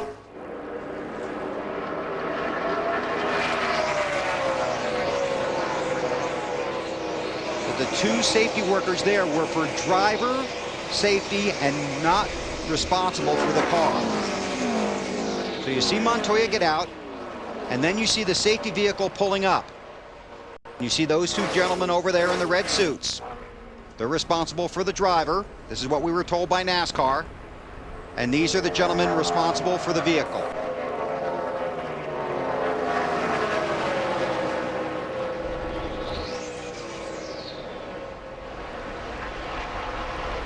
You'd like to see a little quicker I'd like reaction. to see a little bit more hustle. But it is what it is, and they did get it out before it burnt to the ground. No harm, and the no foul. And the main thing is Montoya, got out. Montoya got out, and I think from a driver's perspective, and sometimes I'll say this, I overreact because I think that they should be there as soon as you stop, because you never know what's going to happen. You never know what happens to the driver. When it doesn't look like it's bad, sometimes it's really bad. We've been very blessed in this sport. These cars are so safe. And that's one reason that we run this car that we see today. The COT, the whole design of the car was to be a safer vehicle for the drivers. And we saw it in Texas with Michael and the 00 car. We've seen it at other places with Jeff Gordon at Las Vegas. So it is a safer car. There you go, man. Get Sometimes that you just begin to take that for granted that it is a safe car. Jimmy Johnson working inside of Elliott Sadler. Just to follow up what Kyle said, and getting out of these things was really hard in the older cars. I mean, it took a lot to get out, and Montoya got out of that thing fast. It's amazing, just giving a couple of inches to the driver, moving him to the center a couple of inches away from the door, making the roof of the car and the windows a little bit larger. It's amazing. We have so many things we have to disconnect as a driver. It made it a lot simpler and a lot safer for these guys jumping in and out. And we get word that Juan Pablo Montoya has been released from the infield care center here at Pocono. So Elliott Sadler with the wave 5 for the 48 and the 99. So he's back to the 4th position. And Mark Martin and Bobby Labonte. And Elliott's having a good run. Here's a guy that's qualified really good over the last 3 or 4 weeks in this 19 car. Has nothing to show for it. But at the same time, I think he's just trying to stop the bleeding at this point. Just give me a good finish and let me move to the next race. You see another driver that has made a move forward after an off-track excursion, Kurt Busch. Driving that 2 car, here comes Kenseth inside of Truex. Another thing I noticed on that 83 car back there in that pack right there. Wow. Great job, Kurt. The 20 and the 22, they must have all but got together and had to check up for Kurt to blast around them that fast. I was saying the 83 car looked like somebody got into the 83 car pretty hard. There's Vickers in the middle of that picture in the 83 Red Bull ride. On board with Tony Stewart. Here's Kenseth. And here comes Vickers.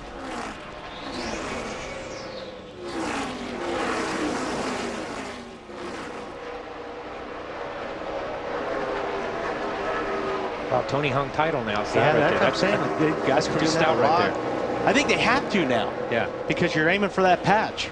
You saw Vickers go in. I thought Vickers was going to dive under him, but it's almost like he used enough brake to slow the car down, but just couldn't do it.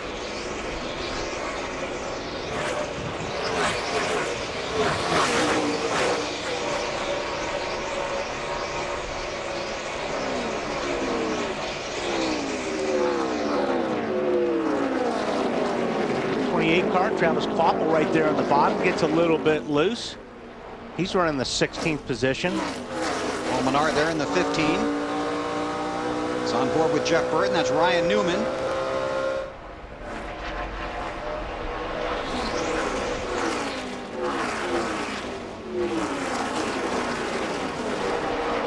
Newman falls in behind Burton. Now he's going to try and make the move down low. And that is the preferred line. Used to be. Let me say that. That used to be the preferred line. But that's just that crossover move. And how many times have we seen it through the years here? You let the guy go in. As he washes out over the tunnel, you turn left and take the preferred line away. But right now, the outside line is the preferred line. Burton hangs on to that position.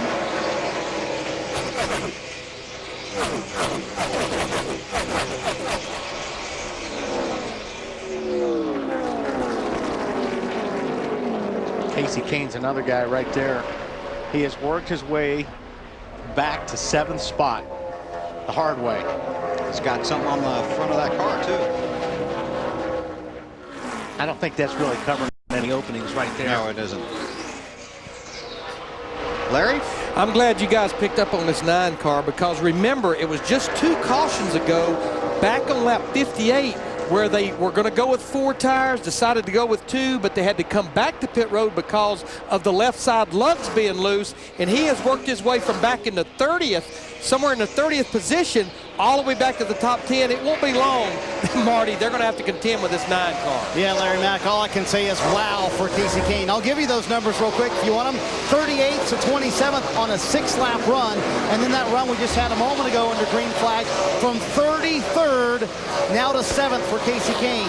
Now they pitted back on lap 69, took on 4 tires. That was very smart on Kenny Francis's part, because when they came down on 82, they just took 2 tires on Casey Kane's car. He said, this car makes me feel like I know what I'm doing. This car is unbelievable today. Marty, the tire strategy in the map down there must be driving some people crazy. It's incredible, Bill, and Kenny Francis made that call when nobody else pitted. He came down, took 4. He said, now if we get a caution sometime soon, that will allow us to take 2. That's gotten some of their track position back, but they've got the majority of it back by just passing cars on the track.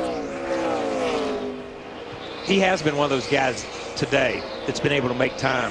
Right. And pass people. Not at will. I'm not going to say that. But he has been able to catch people, pass people, and once he got around them, put some distance between himself and the guy behind him. We watch the race and check with Matt. Bill, Juan Pablo's watching his team repair his 42 machine. First off, are you okay? That was scary. No, it wasn't so bad. You know, technical Havoline Dodge car, it was pretty strong. We had a pretty good car. It's one of those deals that, you know, somebody spins in front of you, you can't do anything. Catches fire. I'm surprised they're trying to fix it, though, you truth. And especially in a place like this that, you know, nobody gets a lap down, and so we'll see. You know, if we can make some places, we will. If not, we'll probably park it. All right, thank you, Juan. Okay. Thanks, Matt. Watching Casey Kane behind Greg Biffle and in front of Mark Martin.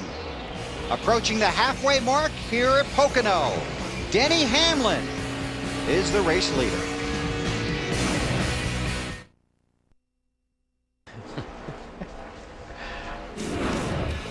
Our TNT sports coverage of the Pocono 500 presented by EA Sports NASCAR 09 continues. The sun is trying to break through. The cards from all the fans that have come out today.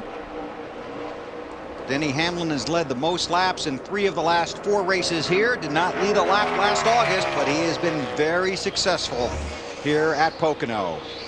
Make him our Ultraman Ultra Power Performer of the race. 2 years ago, swept both Pocono wins here. Decided not to pit under the most recent caution and worked his way to the front. And the front has been a good place to be. That clean air. Cars loving it. And right now, pit strategy is working for Denny and for Mike Ford in that group. And remember up here, the race we did last year, this very first Pocono race on TNT, Denny and those guys got called out on pit strategy and and he was very upset about that when that race was over. How about it, Lindsay? Yeah, well, you guys are talking all that pit strategy. Do you remember one of those wins that you were speaking of? He came back from being in the 40th spot to get that win because of strategy they used then. So these guys absolutely excited about what he's able to do so far. They did just get on the radio and say they're going to bring him in again around lap 106.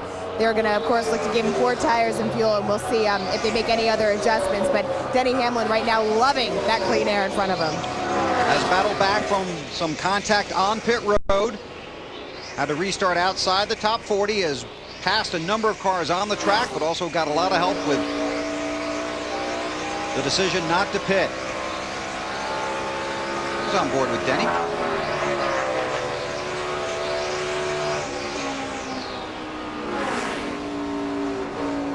So he's approaching a situation where he might have to stop under the green.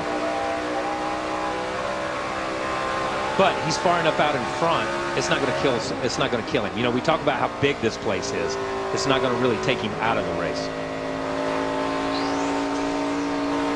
You see some of the numbers. Keep an eye on the RPMs. Let's see what we talked about. You know, they're really twisting these things and see what they're getting up here to turn 1. They're twisting them. They are. It's 90, 95, 9600, and this is not on brand new tires. So we'll see a couple more 100 RPMs when they're on fresh tires. That's at like a 47 flat, so that's 2 or 3 seconds slower than what they ran when they went to qualify here. The guys that did not stop under the last caution now coming in. Elliott Sadler on pit road. You know, these guys are basically pitting from top 10 positions. He and Bobby Labonte had maintained and been able to stay. You see the 19 car and the 43 car of Bobby Labonte right there behind him. They've been able to basically stay in the top 10. So, you know, this is not going to, once again, this is not going to be that detrimental to them as far as racing against the leader. We'll see how it plays out. They're going to have to pit unless there's a caution. Larry? The other good thing about Bobby Labonte and Elliott Sadler waiting to lap 104 to come to pit road is for these guys, or even the guys that can run a little further than this, it's now a 2-stop race. I had written in my numbers with running 32 laps, as long as you were on pit road by lap 104, regardless, you could make it on 2 more stops. So really everybody now can make it on 2 more stops once they make their green flag stop. Here's Tony Stewart. Straight, but on the brake. Tony Stewart's been working on this car, trying to dial this thing in, and he's been getting a little bit tight in the center, and they're probably going to make a little bit of a wedge adjustment. Matt. 2 free on this last run for Martin Truex Jr. The stop already completed, air pressure change, and the 55's in the wall. Michael Waltrip, and the caution is out. Come on down. Gets it off the wall. Hey guys, that's exactly what Elliott Sadler, Bobby Labonte, Martin Truex Jr., and Tony Stewart needed is a caution right after their pit stop. It'll work out for them just like it did for Scott Riggs earlier. Everyone else will have to come to pit road now. Timing is everything. And that's about the third time that it's worked out in the race like this. Right. Somebody on pit road when the caution comes out.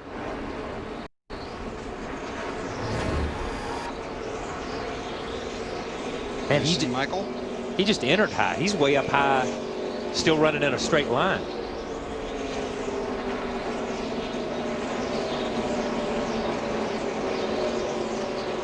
The lucky dog is Terry Labonte.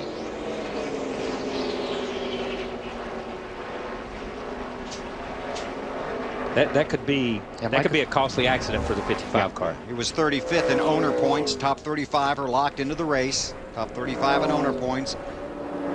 Michael came in 35th.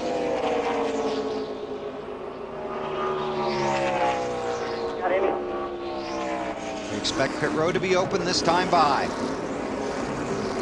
Hey guys, when I look at Greg Zipadelli in the 20 car, they were not one of the cars that stayed out. I think Greg Zipadelli, he was on a road course schedule here. He wanted to get to that window, get that 20 car to pit road, and it has worked out absolutely perfect with that caution coming out. Sometimes you got to run these things backwards, huh, Larry? Well, I think once you clear the halfway point here, Bill, exactly, because we know we take a chance of all those long green runs once these cars get scattered out a little bit. So it worked out just perfect for those guys. I didn't say great, Bill. But it could turn out pretty good for him. You're right. Matt, here they come. Carl Edwards, and a lot of discussion back and forth with crew chief Bob Osborne. Carl says the car's a little free down in 1. Okay in the tunnel turn, but a little tight on exit.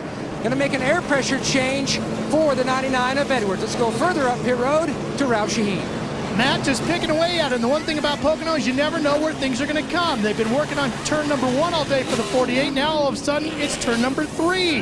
That's become their challenge. He's been a little tight over there, Lindsay. Thanks, Ralph. Denny Hamlin got what he wanted with this caution. He said he's a little bit free in the corner. They're going to give him 4 tires and fuel, make a chassis adjustment, and give him a tear off a windshield. To Marty. Lindsey Casey Kane has roared his way back to 4th on the racetrack. Very good. He wants to undo the last adjustment they did, which was putting wedge in the right rear. They took that back out. Half around on the right rear. The car was a little too tight for Casey Kane, and 4 tires. Dale Earnhardt Jr. scored the leader off of pit road.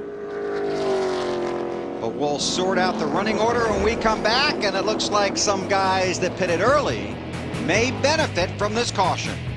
See how it all plays out when we come back to Pocono on TNT. Earnhardt Jr. runs in the 5th position after a 2-tire stop. So the pace car heads to pit road. We're past halfway. Get ready to go back to green. Sadler, Stewart, Bobby Labonte, Truex Jr., then Earnhardt Jr. Terry Labonte was the lucky dog. He restarts back around the 39th spot. I know it seems like we've had a lot of cautions, but every time we have a caution, the race changes. You know, you were talking to Larry about counting the race from backwards to forward. You were counting 2 tires, 4 tires. What are we doing? We've seen so many different strategies today. This has probably been one of the most strategic races and people trying things than anything we've seen all year. Earnhardt Jr. right now trying the 2 tires. Picked up 13 positions with that strategy. See how it works out on the track. Lindsay.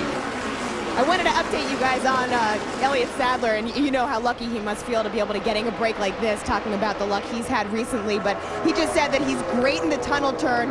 He should be good to go in this clean air, so obviously they're happy they're leading. But do you realize this is just the 3rd race where Elliott has led a lap this season? Snyder? Lindsey, Dale Earnhardt Jr. trying to make his way to the front with those 2 tires, as Bill mentioned. They made no adjustments on that stop, guys. They've been very happy with this 88 car as he tries to find his way to the front and back to where those guys were a little bit earlier in the race. Now you talk about a guy, boy, look at this. Talk about a strong car in clean air. That 20 might be one of them. Yeah, and we get a chance to see it right now. That was a slide move right there. You saw him go in under, when they got to turn 3, he went under Elliott and slid up, and Elliott moved up to the right of the patch just a little bit, thought better of it and let Tony go on. So this is the first time we've seen the 20 really in clean air. We watch the race and check with Ralph. He's with Kyle Busch. Well, Kyle, you've had some time to look at the tape and think about it a little bit. Have you figured out what happened to knock you out? Yeah, I mean, I saw the 26 get high, get loose, and thought he faded back further than what he did when the 84 passed him, and didn't know he was out there still. We broke the mirror trying to adjust it there before the race, and couldn't see anything out my right rear quarter panel, so I couldn't clear myself. Spotter didn't say anything, so apologize to McMurray for wrecking their day, but sucks. Now it's time for him to get in the car and try to get some laps in, gentlemen. Oh, and that's fun.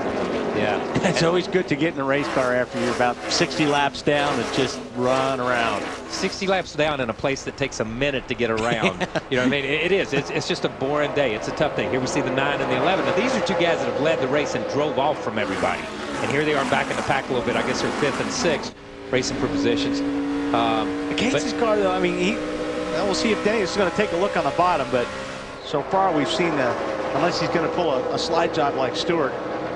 Ooh, there's not much room there, guys. That thing's only 1 car wide. Hamlin's the first guy that has not give up the patch going into turn 3. I mean, in all honesty, he didn't give it up. We've seen it all day long. We talked about it earlier. Yeah. The outside guy or the inside guy gives up the patch. Hamlin did not give it up, man. Casey Kane holds on to that spot.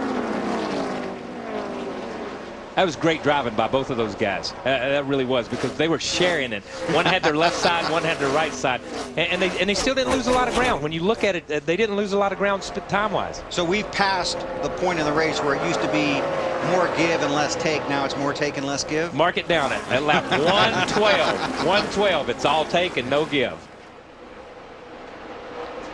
Carl Edwards in that 99. Jimmy Johnson in the 48. Here comes Matt Kenseth, and Kurt Busch continues to recover from his excursion through the grass. Right now, if Kyle Busch runs 34 laps, he'll pick up 6 points. Oh, hey, you have to. I'm not saying that. I mean, when you're running for a championship, every one of those points is really, really well. I'm just saying, from a driver's perspective, it stinks. There's no fun at all. That's exactly. It's no fun. But let's go back here. Those are 6 important points. Right, because unofficially right now he's only 55 points ahead of Jeff Burton. Yeah, but those are 6 important points. We were just talking about Michael Waltrip and how this could be a costly race. He would take those 6 points in a heartbeat. I mean, he needs those 6 points. We heard last week a couple of drivers complaining about lap cars being in their way. The lap cars need those points just as much as the guys sitting in the garage area need those points. And here's another unofficial stat as the race goes on, but right now Michael Waltrip would be 17 points out of the top 35 in owner points. And 17 points might as well be 100 when you're outside. Yeah. I mean, it really is. Because it can turn into 100 real quick. That's exactly right. And they're shooting, when you're outside that top 35, you're shooting to get inside that top 35 by the end of the year.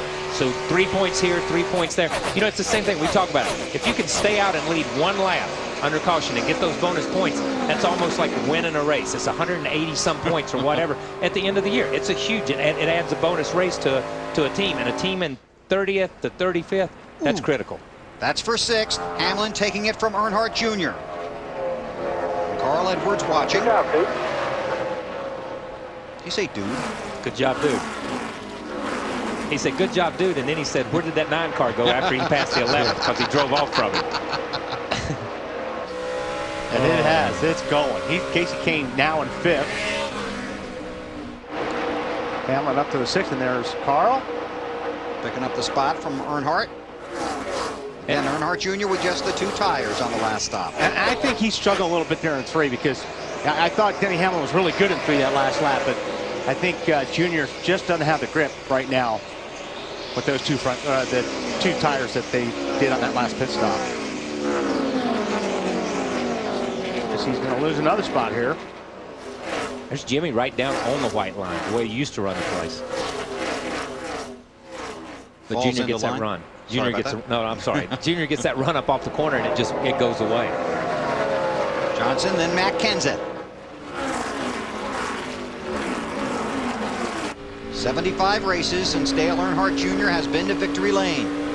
But there you see the tires coming. There and turn 3 is when you can't get away with what you can get away with in turn 1. Okay, and if you listened right there, you heard Junior check up getting into turn 3 to let Jimmy have it, because he knows Jimmy's faster and he's holding him up. And whether they're teammates or not, you get that a lot of times. You'll get that from a guy that's not your teammate. He knows you're holding him up, or that he's holding you up. And if you continue to run 2 by 2, everybody's going to catch you too, so you lose too much. And sometimes you want the payback later. You want the payback later, and you'll remember that. You know, you talk about, do you remember things? Yeah, you catalog it. It's in your brain. You know when a guy does you right and when a guy does you wrong, and you remember it later in the day or later in another race when he may need a little bit of a help. You don't give it to him if he didn't give it to you. Casey Kane in that 9 car in the 4th position after having to make an additional stop when they thought they were going to just make a 2-tire change. But some of the guys went ahead and started making a 4-tire change before they were called off. He had to come back for the missing lug nuts. They changed the left side tire, sent him back out at the back of the field. Kane has worked his way to 4th. On board with Greg Biffle. That was a pass. Biffle gets around Elliott Sadler going into the corner. It almost looked like Elliott pulled over and let him go by, and then moved back up in line because Biffle went around him on the outside. Whoa! Was that as loose as it looked? It had to be. Look at him. He's working it up off the corner. Wait, that's almost 200 miles an hour going into that turn. Any kind of loose is pretty loose, isn't it? A little bit loose. Yeah, that's what I thought. Yeah, simple.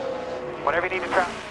That sounds like the Greg Biffle of old. A happy Greg Biffle running in second, looking for the win at Pocono, chasing Tony Stewart. Log on to NASCAR.com/moments. Denny Hamlin, 4th right now. Swept the races here in 2006.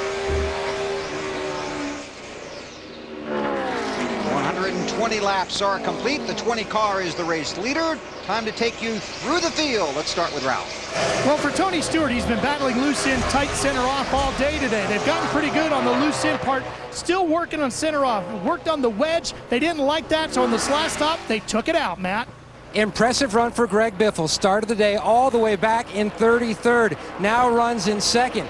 He has something that he really hasn't experienced most of today. That's a car that's extremely loose. He's keeping an eye on that and what changes they want to make in that final stop, Marty. Well, Matt, believe it or not, in Casey Kane's 6 Pocono starts, he has just 1 top 10 finish, trying to do a little bit better than that today and put this thing in victory lane. Pretty healthy lead with everybody else in terms of lap times. He is faster than everyone. He has said not a word on this run, just knocking down race cars about every 4 or 5 laps, Lindsay. Marty, Denny Hamlin has also been radio silent. Oh, we have caution on the track. Dario Franchitti has been in the wall. And that brings out the caution. Let's go back and take a look. Shedding some parts along the front stretch.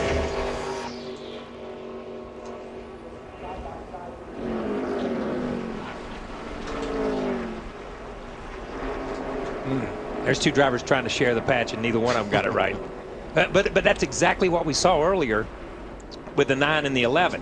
Now, the difference being the 9 and 11 were on fresher tires, too. It looks to me like Franchitti may have pushed up into that, because it looked like he was sliding there. He got into David. Yeah, he got into one. David, for sure. Here's a 70. Yep. Leffler. Quarter pan like that bad. We picked up some damage as well. 8th caution of the day. One car we've been watching is Dale Earnhardt Jr. Marty, he's been going the wrong way. Yeah, he's been going backwards, Bill, and if you'll remember on the last stop, they took 2 tires, and here's the conversation between Dale Earnhardt Jr. and Tony Eury Jr. after that stop.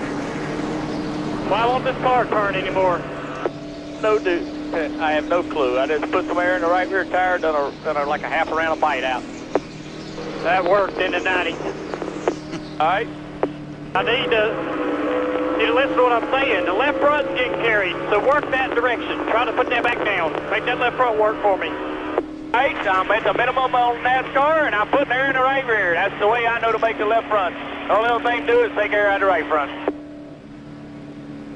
That's how cousins always get along, isn't it? And Junior, of course, chiding his cousin a little bit there. That worked in the 90s. They'll take 4 tires this time, trying to make some changes. Junior just wants that left front to work a little bit more. I'm sure Kyle and Wiley, you know what that means. Trying to get that car a little more evenly balanced on the front end, especially from the middle of the corner off. That's where he feels like he's losing his time. Yeah, that's a typical thing here at Pocono, is feeling like that left front's not in the racetrack, especially down on turn 3.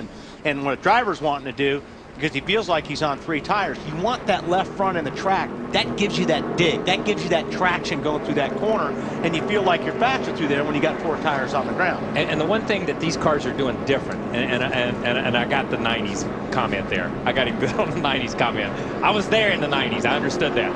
But when what he's saying is, when you heard Tony Eury say, I changed the air pressure and I changed the wedge. The wedge changes the way the bar is loaded. And sometimes when it changes the way the bar is loaded, when you're running on a bump stop and you're running on these things like they are, that changes the car drastically.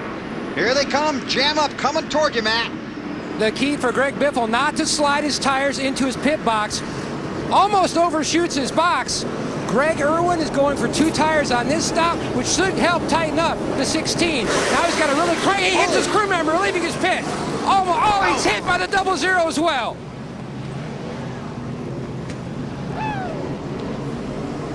Ralph, what are you looking at? Tony Stewart made his pit stop. They just took 2 right side tires. He only made 13 green flag laps in between pit stops, and they feel like they're making a dent into fixing this situation. That's what Tony is saying on the radio, Marty. Casey Kane here at the head of pit road, barely, and I mean barely, beat Tony Stewart off pit road, if my calculations are correct, or my eye is correct, here at the end of pit road. He said he needed help into turn one. A little bit tight there. They went up a quarter round on the right rear jack bolt. Lindsay? Marty, 13 green laps called for 2 tires only for Denny Hamlin. They gave him also a splash of fuel. He said the car's starting to free up a little bit. They also made a chassis adjustment, but right now, Denny on fire. Well, that was interesting. That was. There were a lot of things went on pit road at that. And none of them were really good. No. Now let's watch Biffle stop here. See him on the right front there. Oh. And then he dodges that, and then he does get tapped by McMurray. And that's not very little. That's minor damage to the 16. The thing that could have been bad is the crew member. The crew member, obviously, these guys are athletes, and you see the way he just braced himself, rolled over the hood of the car. So no harm, no foul on that. All right. Now, did you hear Tony Uri Sr. in the Nationwide race last night talking to his driver? Yeah. So you know where Tony Uri Jr. gets it, right? Hey, it's all in the family, baby. And that's what he said. He said, I talked to Senior that way, I talked to Junior that way, I'll talk to you that way too, man. And Brad Keselowski did a great job last night. He did. He really did. Congratulations to him. Larry, you crew chiefs. Yeah, and I go back to what Dale Earnhardt Jr. was saying, and he was being a little sarcastic, if you might have picked up on that. But, you know, back in the 90s, trying to adjust a race car, all we were really worried about was mechanical grip. We would make that half a turn a wedge adjustment, 1 turn a wedge adjustment in the rear, and it would normally go the right direction. But it sounds like what they've done, they've made a slight wedge adjustment in the rear window, and this splitter, how it goes to the ground, is so critical. I mean, we're talking thousandths of an inch, and what they've done, they've made an adjustment that now has this left front up, and the car just won't turn. What Junior's saying, you've got to get the left front down, because this left front corner is what makes a car turn through any of the corners here at Pocono. Yeah, now Larry, let me ask you another question though. Let's go back to the 90s, okay? When we ran up here in the 90s, or racing here in the 90s, you had 400 and 350 pound springs. So a round a wedge or a quarter round or a half round only moved the car very little. When you're on a 1,400 pound spring or a 1,200 pound rear spring, it can change that left front a lot, right? Exactly. If you raise that right rear corner, or you lower that right rear corner ever so slightly, with that much spring, it's going to make a huge difference. And like I say, we used to worry about this clearance to the valence or to the splitter, maybe if it was a quarter or half inch. Now it's making a difference. It's at the thousandths of an inch. But the bump stops. It changes everything. It changes everything. Everything changes everything. You know, and you know, the way the bar is loaded, the way you unload the bar would, and just like Larry said, you know, mechanical grip is totally different. Now you're looking for aero grip plus mechanical grip, and when you run such strong springs in the rear and such soft springs in the front, and you load that bar that much, just a turn of the bar, we start talking 100,000s, 200,000s. You know, used to it would be like, put me an inch of wedge in this thing and let me go. Now we're talking thousands. Our TNT test car brought to you by the Bill Engvall Show on TBS. All new episodes Thursday, June 12th. Now, Jimmy Johnson and Jeff Gordon did not pit. They were last to pit road on lap 105. Everybody else basically just pitted, with the exception of Leffler, who came in a lap early, and the cars that are well off the pace are off the track. So Johnson and Gordon lead, but they did not pit.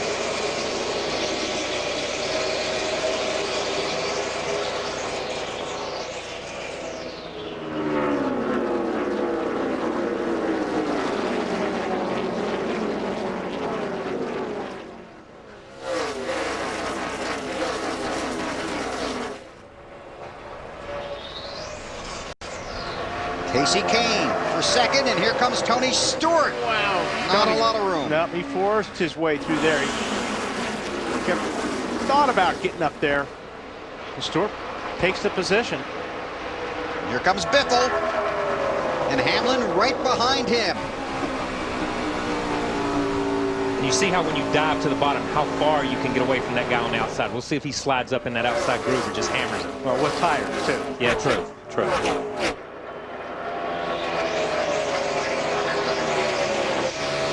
I think Jeff was hoping that he could stay out there in that clean air. That was really going to, you know, help them, but he's already slipped back to 6th spot right now.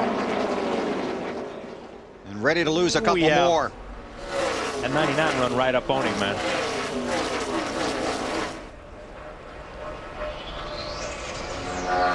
Casey Kane looking at Jimmy Johnson for the lead. He's just sizing up where he's going to make the move. This is reminiscent of the first 15 or 20 laps of the race with the 9 and the 48 out there.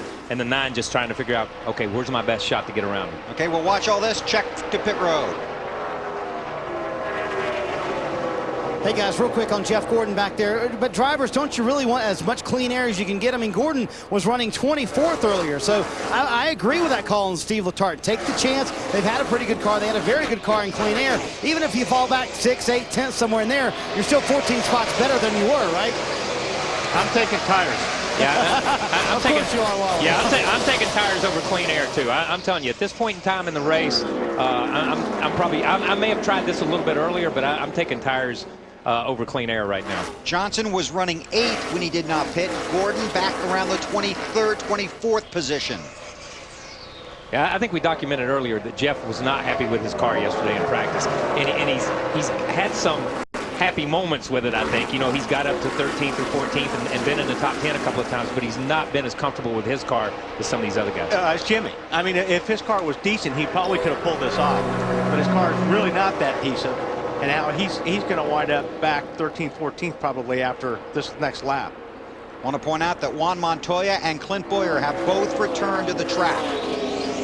Montoya is 42 laps down. Boyer is 45 laps down.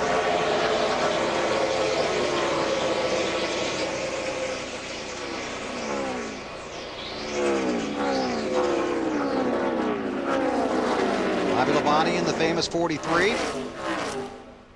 Up front, this is for the lead. Casey Kane by Jimmy Johnson. Is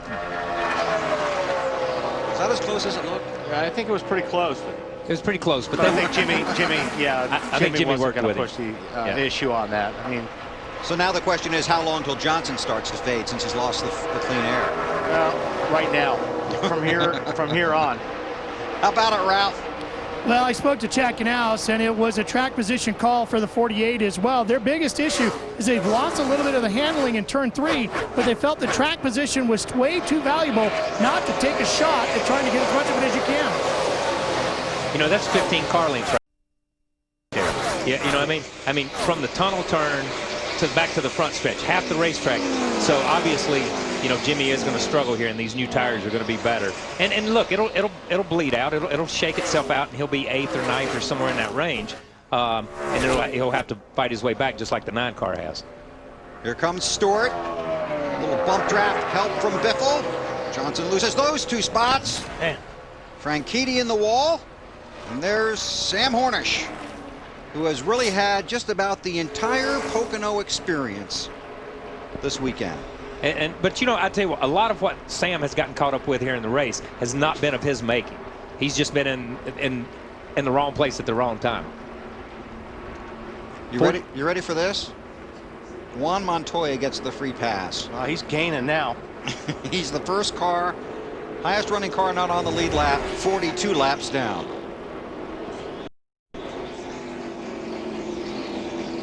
It was kind of in progress. See if we got another look at it. Nope. Kind of hard to tell. Those guys know. Under caution at Pocono. 100th consecutive start. That's what it is. Consecutive start.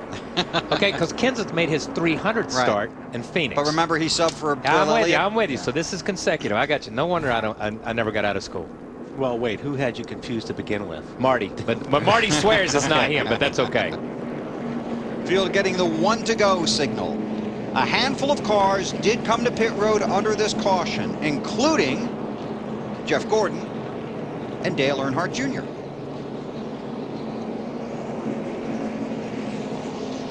Gordon is currently scored, let's see. Well, Jeff had to come in. Yeah, he did. He's 30th. I got Junior in the 33rd spot, and we'll see if Marty can't confuse us a little more here. I shall try not to confuse you, and that was not me, Kyle, by the way, just in case you do want another reference. I told you yesterday, don't go there. It wasn't me. I know, man. I know. I had to just pitch you. I'm sorry, man. So he went the Kyle Petty and Wally Dallenbach route. He wanted some tires, as you can imagine, for Jeff Gordon. Dale Earnhardt Jr. still trying to hit that left front thing, trying to make it work a little bit better. They actually made a wedge and a track bar adjustment, trying to get that car down on the left front for Junior and that National Guard team. But Gordon feels like, again, his car's not that bad. They made a slight air pressure adjustment on that stop, and 4 tires. They want that clean air. Now here comes my favorite moment of the race. Larry McReynolds is going to try and explain some strategy from Hendrick Motorsports. How about it? Well, what I'm going to explain is why the 48 car stayed out. Remember, he has not been to pit road since lap 106, but he's not to that window where if he pits, he can make it on one more stop. He will have to be on pit road within about the next 6 to 10 laps, because remember, it's been that long since he was up there back on lap 106, but he couldn't make it if he pitted right there, so he elected to go with a track position and wait till he got to the window. So what you're saying, Larry, is he's looking at this last stretch as the whole race, and he's running it like you run a road course, where to come heck or high water, you stay out, do your fuel, pit, do your fuel, and that's the end of your day. That's the way it looks right now. This would be based on if we have no more cautions, Kyle. Yeah, but that's it. Everything still has to work out perfect for it to work for them. Yeah, but at least they put it, what I guess what he's saying is, at least they put themselves in a position, if it does work out perfect, that they can capitalize on it. Green flag. And it worked perfect for the 2014 last year, so. Yes, it did. Now the 9 car, here he is at the head of the field in clean air, maybe for the first time today. I don't know. Oh, he's been out there a couple of times, but he's passed a lot of cars today, that's for sure. Well, it's the first time I think on a restart. Maybe. He made some time through one in that 20 car, because that 20 car was right on him going into turn 1. That's for second. Biffle by Stewart. Kane has led 24 laps today. Working on his 25th right here. Kyle Edwards taking a look underneath the 11 car. Denny Hamlin, they're fighting for the asphalt strip. This is tricky turn 3, where they have a new patch of asphalt. Comes out of the tunnel turn, takes you through turn 3. Has a lot of grip in it, or did earlier in the weekend. It really doesn't seem to have given up anything today. You know, I think that was one of the big questions we talked about early in the day was, would the patch give up grip? Would guys move around and start passing each other? And even though we've had some long runs, they still continue to hammer the patch up there. I think one thing to try and one way to look at this race is that there are about 30 guys chasing this race, trying to race as hard as they can to get to the checkers. I think the 24 team or the 48 team is letting the race come to them by using that backwards road course type strategy. And maybe it's because they've realized that they're not the best car. They're not the best car. You're not going to outrun the 9 car. The 9 car is the class of the field today. Now maybe if something happened to the 9 and they realized, okay, now we're back to the head of the class, then they would approach it different. But this is, you know, you got to give it to Chad. Chad's willing to step out on a limb and try some different stuff, and this may work for him. Jimmy Johnson in that 48, then it's Carl Edwards, Denny Hamlin. Old tires or not, he's still got some steam down that straightaway.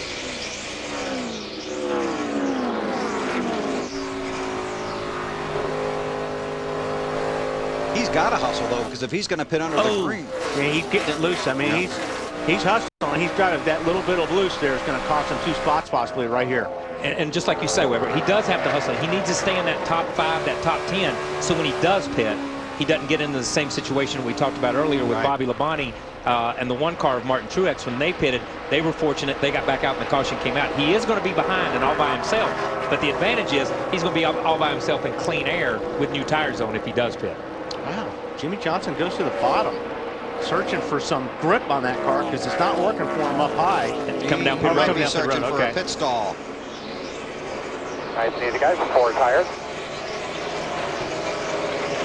Coming to you, Ralph. Well, we're waiting for him to make his way down pit lane. This could be exactly what they're trying to do as they get set to make their pit stop now. Here he comes. He comes to a stop, and the crew jumps over the wall. They're going to give him a clean windshield. They go for right side tires right now. They make a quick chassis adjustment to the back. They're going to go for all 4 tires. get Jimmy back out there and then play their dice and see if it works out the way. Here they go. We'll see if the strategy pays off now. Can't speed. That would ruin his day. Well, I tell you, though, he ran it to that next line. He was on the gas. You could hear that thing all the way up here in the booth. Back out on the track. The leader's coming out of 3. Here they come. And that's why you see this distance. That's why it was important for him to stay in the top 10. If he had dropped back to 15th or 16th, then he would have come out at best right in front of the 9 car. Now he's got clear racetrack. He's got new tires. He's got everything. Best case scenario for him is he's got the clean racetrack. He's running his own race. Exactly. He's in his own race right now. Yeah, definitely. Here comes Mark Martin. Ralph? They go to work on the right side of Mark Martin's machine. He's been fairly decent with this car all day. He's admitted himself that sometimes he hasn't made the calls the way he needed to go on the setup of this car. His biggest problem at one point was he was hungry, so they slipped a sandwich through the window. No sandwich this time, but the 8's back out. So Mark heads back out on the track.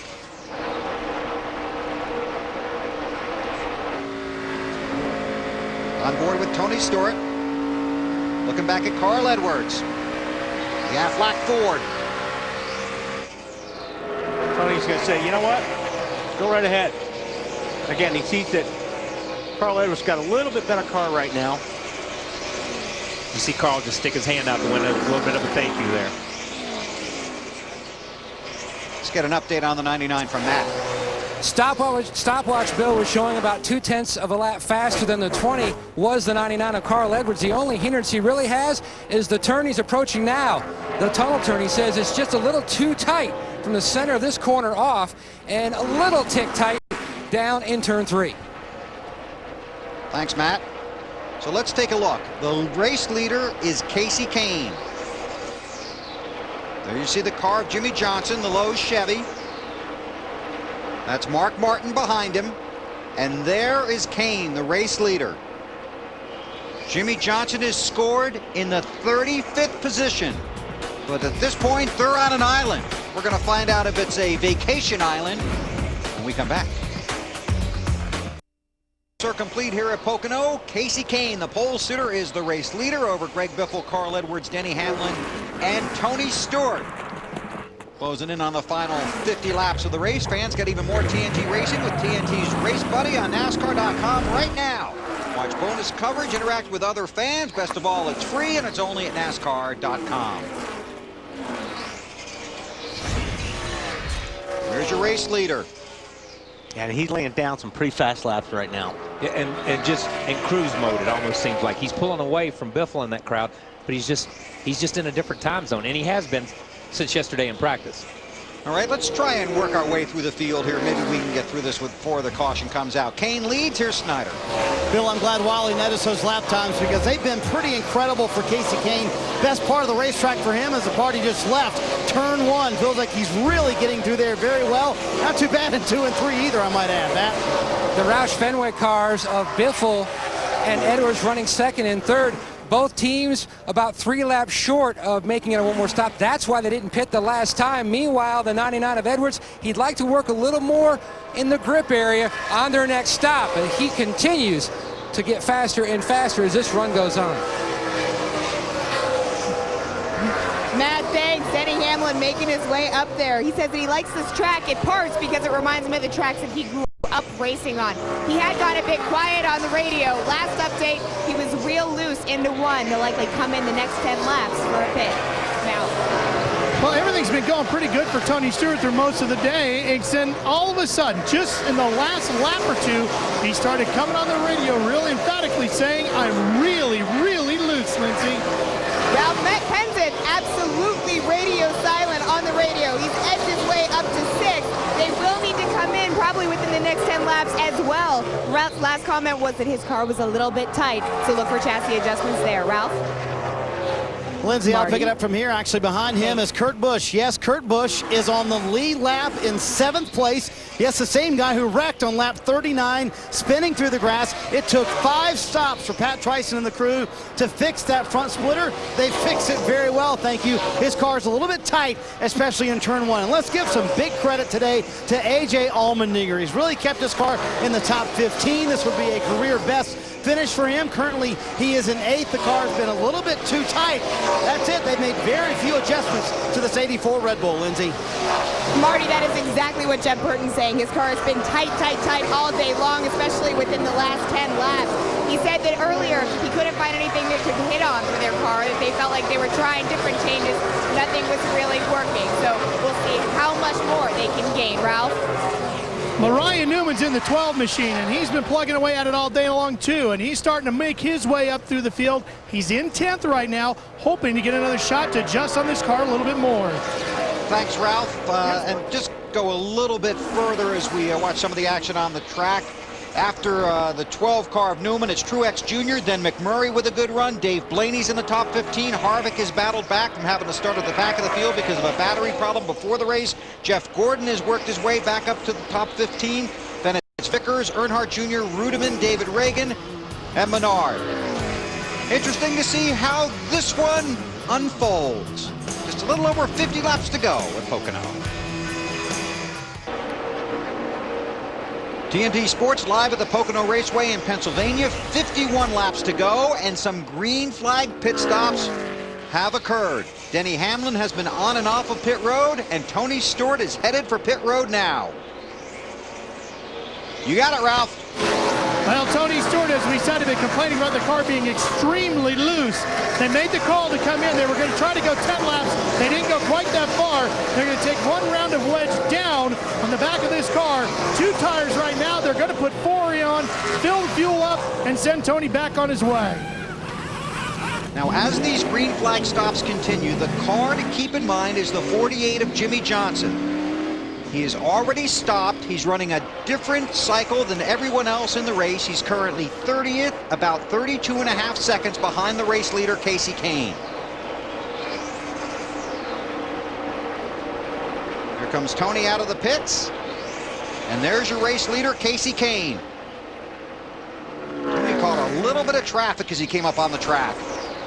But once again, Tony's got on good tires. You know, the 66 car came out right in front of the 9 car. Scott Riggs did, and he's kind of driven away from the 9 car, but because of the new tires. Matt? Martin Truex Jr. was complaining about his car as he slides to a stop.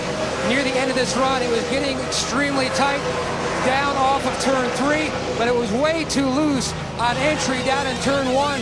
Kevin Bonamania making an air pressure change, also called for a chassis adjustment. Stop going on. He's finally away about another 5 to 6 laps before the Roush cars of the 99 and the 16 hit pit road. These critical pit stops with 50 to go here in Pocono. Kane the leader, then it's Biffle, Edwards, Kenseth, and Kurt Busch. With these pit stops unfolding, A.J. Allmendinger has worked his way up to the 6th position.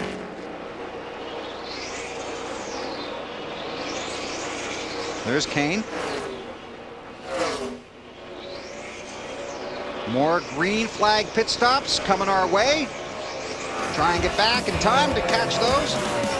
In fact, we're going to stay right here because there's a report Casey Kane could be pitting this time. He is the race leader, has led 42 laps today, started from the pole.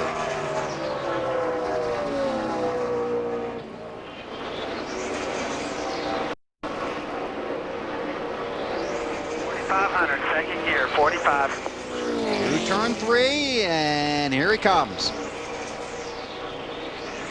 He running on around there. We saw the 48 car earlier go to the bottom and lose a little time. He didn't lose any time coming through 3 to get to the pits. Headed your way, Marty. Yeah, Bill, they had originally said lap 156, and Kenny Francis saw other people pitting, said, man, maybe you ought to come a little bit early. Casey said the car is just terrific. Best lap times they have turned all day long out on the racetrack, so this will be a 4-tire stop and no changes to the chassis for Casey Kane, a car they ran at Phoenix earlier this year. They felt like it was a top 5 car there. Cut a tire, hit the wall. Today, clearly the dominant car at Pocono, but this is where they make their money. You gotta have good green flag stops. So far, a good stop for the Budweiser crew. 4 tires. They get Casey back on the racetrack, Lindsay. Marty, Jeff Burton's car is in the pit box, and they're giving him 4 new tires, making a track bar adjustment fuel, and he's off and away. Jeff Burton currently second in the championship standings behind Kyle Busch. It's Kevin Harvick, his teammate, coming off of pit road behind him. Here's 2 cars that have been really pretty quiet today. Jeff's run right inside the top 10, and Harvick's run right inside the top 15, but not a great place for either one of them. And I don't think either one of them have great records here. But if they can come out of here with other guys having trouble and have a decent points day, this goes a long way when it comes down to the chase. Carl Edwards in that Aflac Ford. He's in the 2nd position right now. Greg Biffle is the race leader. 5 critical bonus points for Biffle. Jimmy Johnson has led the most laps, 60. Kane 42, Denny Hamlin 17, Tony Stewart 14. Some of the race leaders today. 15 lead changes among 9 different race leaders.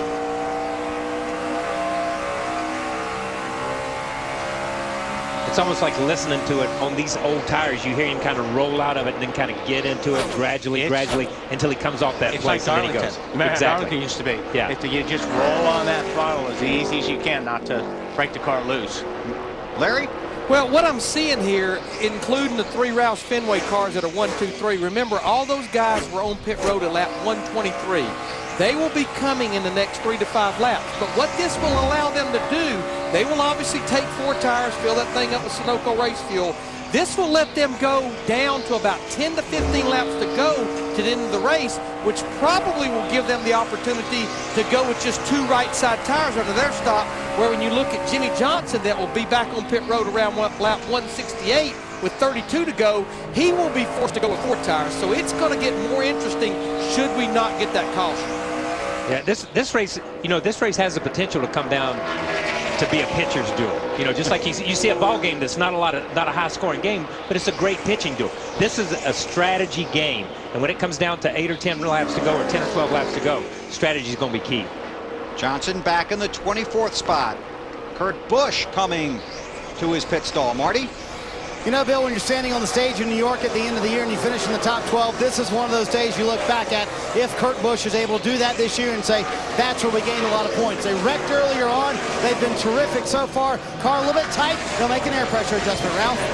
Well, Ryan Newman has said that he's real loose in 1 and a tick free off of 2. So Roy McCauley, the crew chief, has made the call. They're going to go for 4 tires and fuel, make an air pressure adjustment, and put a round and a half in by the left rear. You saw that water squirting out, but it's really not a big deal. These cars need forced air through the radiators, and when they don't, they go up instantly. They'll go up 10 or 15 degrees, and it pumps air, water out. Here comes the race leader, Matt. Biffle is in. He said the biggest issue he had was down in turn 1, and then across the tunnel turn, he was starting to lose the grip there. They give him one clean tear off and an air pressure change as well to Lindsay. Matt Kenseth is pulling down pit lane. He's running currently in 3rd. He had gotten on the radio saying it's a little bit tight going in, loose off. The plan here is to give him 4 tires and fuel. Snyder? A.J. Allmendinger coming down pit road. He has just had a wonderful run. We've talked about him hanging in the top 10, 15 for much of the day. He said the car's a little too loose getting in, a little too tight coming off the corner. They go up half around on the track bar. They also make an air pressure adjustment, trying to fix both of those problems for A.J. Allmendinger. These guys have also delivered wonderful stops today. He's back out on the track as well. Race leader is Carl Edwards, 5 bonus points for leading a lap. He's coming to you, Matt. dives into the very first pit stall, Bill. He says, if anything, it's just getting a little snug off of 4 and 6, and you're saying 4 and 6. Every corner he multiplies by 2. So turn 1 is 1 and 2, then the tunnel is 3 and 4, and then you can go on from there. They were planning an air pressure change. They talked about a track bar adjustment. He's finally away. Oh, yeah, I'm going down it. Lindsay, go ahead. Well, let's stay with the 26 right here, Jamie McMurray. Murray was involved in the wreck that put Kyle Busch into the garage, which Kyle later took responsibility for. It doesn't look like they made any adjustments. They may have made some tire pressure adjustmust, but it looks like he must be fairly happy with his car because you saw no wedge bolts or no track bar adjustments. And he's been pretty, I mean, he's been right there last 70, 80 laps. He's been in the top 15, so got a pretty good car.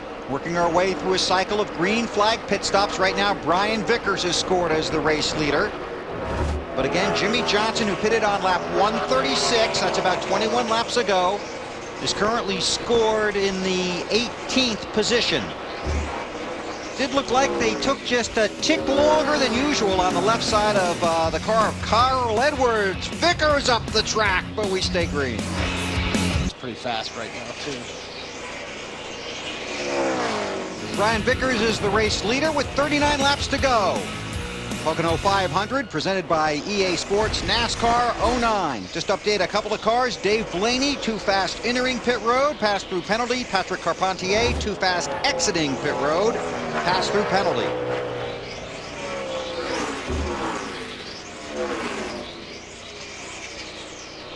Vickers is hanging on. He's hanging on. You know, Casey Kane right now is running a second lap faster. Let's take a look at today's race summary brought to you by Papa John's, now offering you 100% whole wheat crust. Wow. Like I said, Vickers is hanging on. Yes, he is. What's going to be interesting here is with 38, 39 laps to go, you've got Vickers, you've got Dale Jr., you've got Jeff Gordon in third now, Bobby Labonte in fourth. Casey's worked his way back to fifth, but does Casey have to pit again?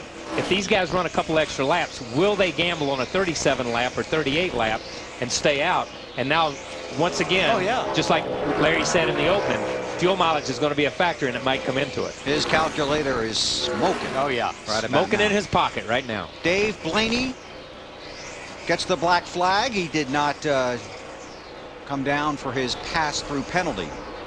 So black flag, car 22. But and Wally, we were talking about it. We heard on the radios that he was out of fuel. What does that do to you? Yeah, well, it messes you up in a lot of ways. You hit pit lane, there's no way to judge your pit lane speed.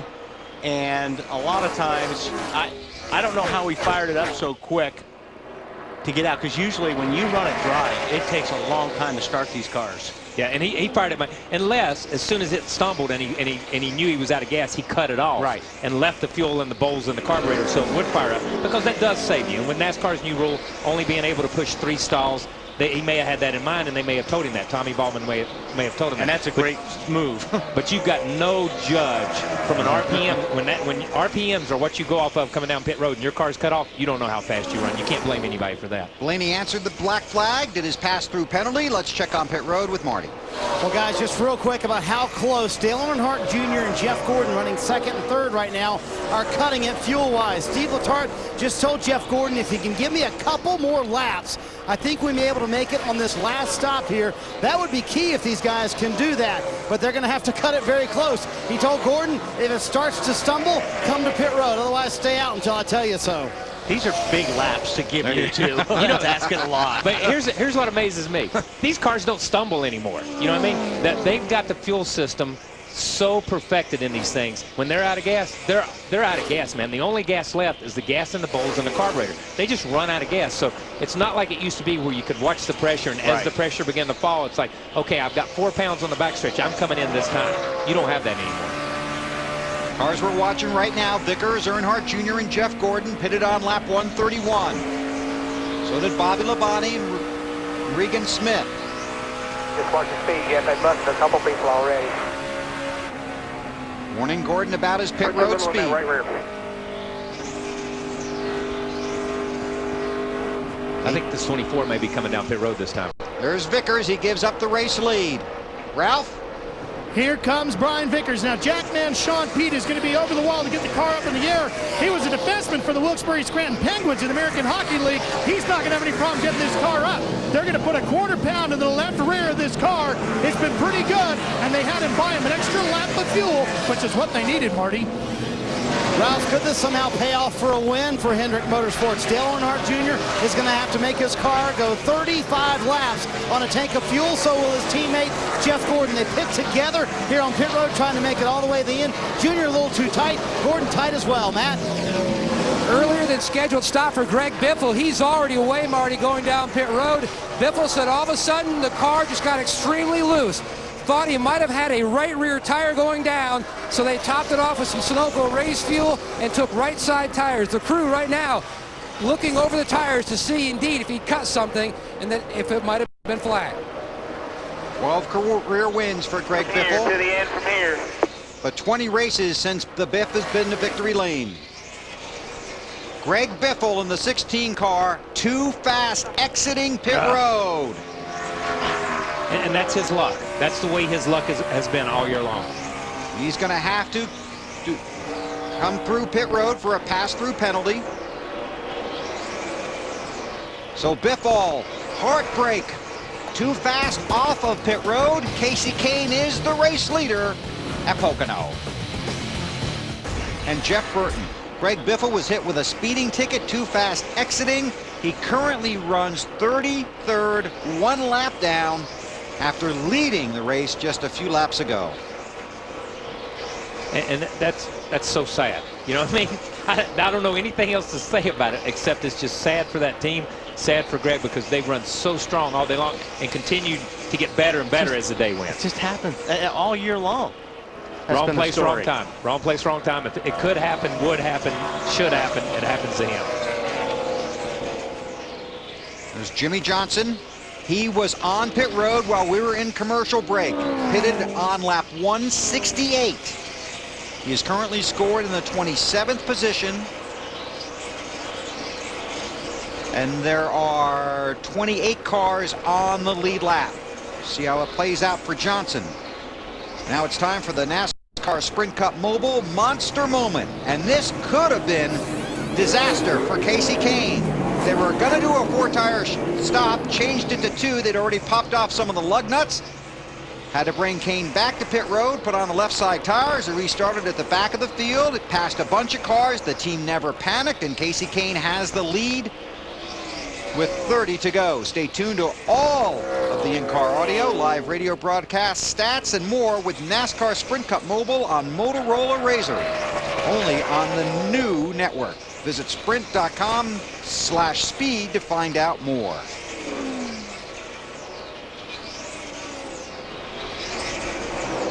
Second and third right there, Denny Hamlin.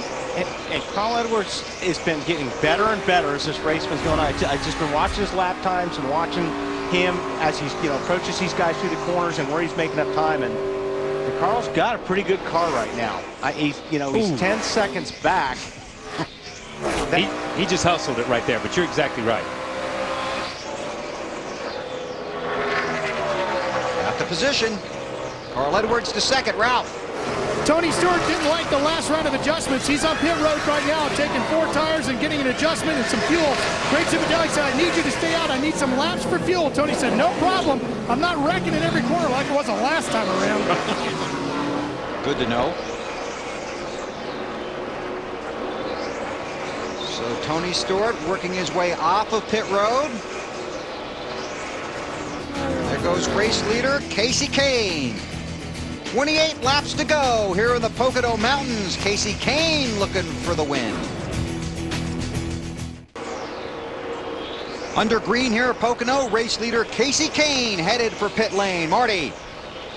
And after the Greg Biffle speeding penalty, you can bet that Kenny Francis has reminded Casey Kane twice now. Keep that speed limit a little under what you would normally be. For him, that's 4,500 RPM. He's going to keep it around 4,400 RPM. Come a little slow down pit road just to make sure everything goes well here. It's going to be fuel and 4 tires for Casey Kane. The car has been terrific. Very good. He did want a slight wedge adjustment on the right side. He felt like turn 1 is where he was giving up a little bit of time. They want no mistakes and an easy stop here. Lindsay.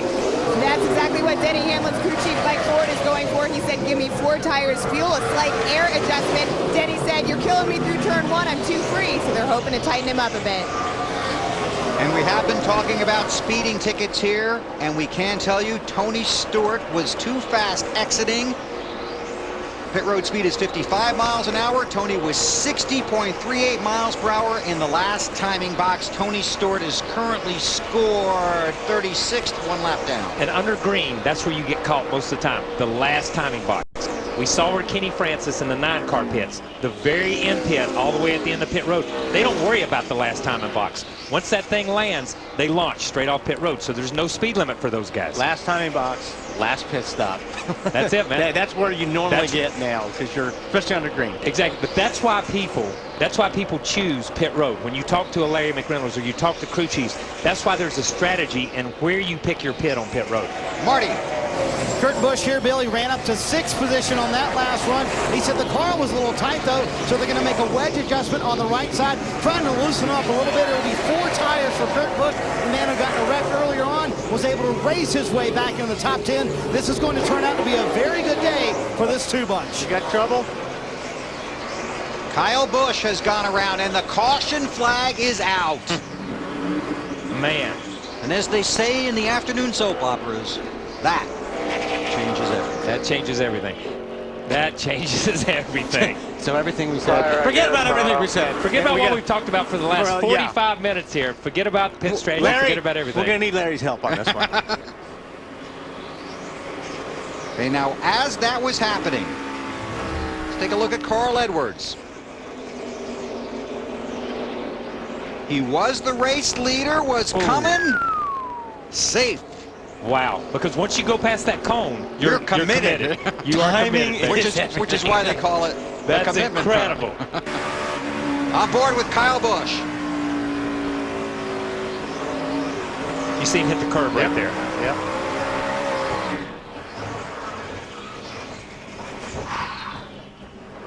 Not the day the point leader was hoping for. Been involved in a wreck earlier in the race. Currently scored 43rd. Wow.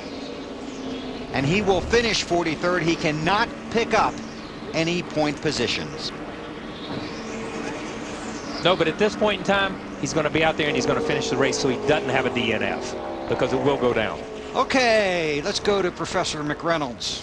Well, the thing I don't understand, and you guys will have to answer this because they have the pit road entering flag and light. Unless the light had turned red that indicated pit road was closed, I don't understand why Carl Edwards did not go ahead and make his green flag pit stop, again, unless that light there had already turned red. Well, that, and I'm not sure those guys knew where the leaders were or everything was going on. That was a call somebody had to make in a split second, Matt. Wally Bob Osborne yelled on the team radio, the caution is out, the light had just turned red on pit road. That's why Carl Edwards veered to the right and just missed the cone. The 99 is in. Now they want to try to have one more shot at winning this race. They're going to go 4 tires on this change. He said he was having issues down in turn 1. Track bar adjustment already completed. That's why they're going 4 versus while the others went 2. Lindsay? Well, Matt Kenseth is in. He's got 15 laps on those left side tires. That's why he and his crew chief Chip Bolin were going back and forth about how many to do. They decided to go with 4. Chip Bolin says he's not willing to take a risk on a track bar adjustment in the last 20 laps. Snyder. Well, Lindsay, A.J. Allmendinger was going to take 2 tires if they had to pit under green, but because they're here under caution, they're going to take 4 tires. They go down 2 rounds on the track bar. Got really loose towards the end of that run. All this happening with 22 to go. What'd you see, Kyle? No, we were just looking. Yeah, we'll talk about it when we come back from break, because there's a lot of stuff here. Including a potential problem for a car that just pitted. Back to Pocono in a moment. Presented by EA Sports, NASCAR 09. Those video games might be exciting, but they're not as exciting as what we've seen right now. Kyle said it just before we went to break, a lot of wacky things happening. First one involves a 99 car. Let's go back and watch him coming down. We're going to pan left here. You'll see the light come on pit road. Watch for it. See the red lights on? Yeah, here's the light right there. Okay. And now watch for Carl Edwards. Makes the move. So pit road was closed before he got to the commitment cone. Heads up right there. That was real heads up. But the story does not have a happy ending, Matt. Bill, his day has taken a turn for the worse. Edwards came on the radio shortly after exiting pit road, down by turn 1, and said, something is wrong. I think I've got a flat tire. And then he says, I've got a flat left rear. Great shot of it there by our camera as the tire went down, came back in. Boy, he and his teammate in the 16, Greg Biffle, their days have really gone awry here in the last 25 laps. They have, and I thought the 99, if anybody was going to give Casey Kane a run, the way they were running at that time was Carl Edwards. Green next time by, the free pass went to Patrick Carpentier. He gets to come around and be the I still think right now that Casey Kane is sitting in the best position tire-wise.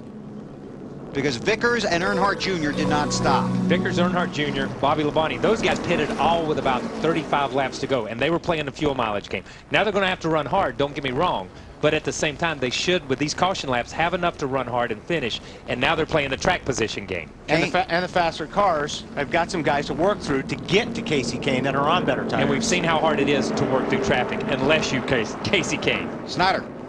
Well, as you can imagine here, as you guys mentioned, here's Dale Earnhardt Jr. playing this game perfectly after all the squabbling in the middle of the race between he and his cousin, Tony Eury Jr. He said, that 9's behind you, and he's kind of fast. So if you can do anything to get around that 83 in these first few laps, we're definitely good on fuel. Don't worry about that. He only has tires a little bit fresher than us, not too much. So just go as hard as you can as soon as that green flag falls. Yeah, I hope everybody at home has enjoyed this race, because it's been a multitude of races all rolled into one race. And now when it's all said and done, it comes into a 20-lap sprint race, just like at your local short track.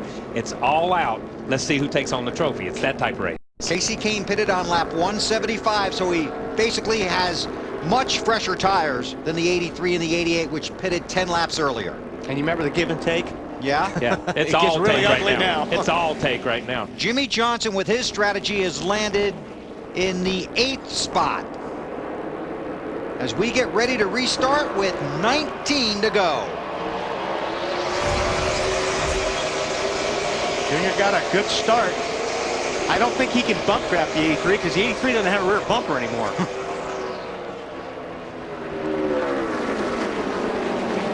Oh, look at Junior. Good move. Well, Tony slid up the racetrack. Stewart is a lap car. He is 1 lap down. This is for the lead. Dale Earnhardt Jr., who has not won in 75 races, and Brian Vickers.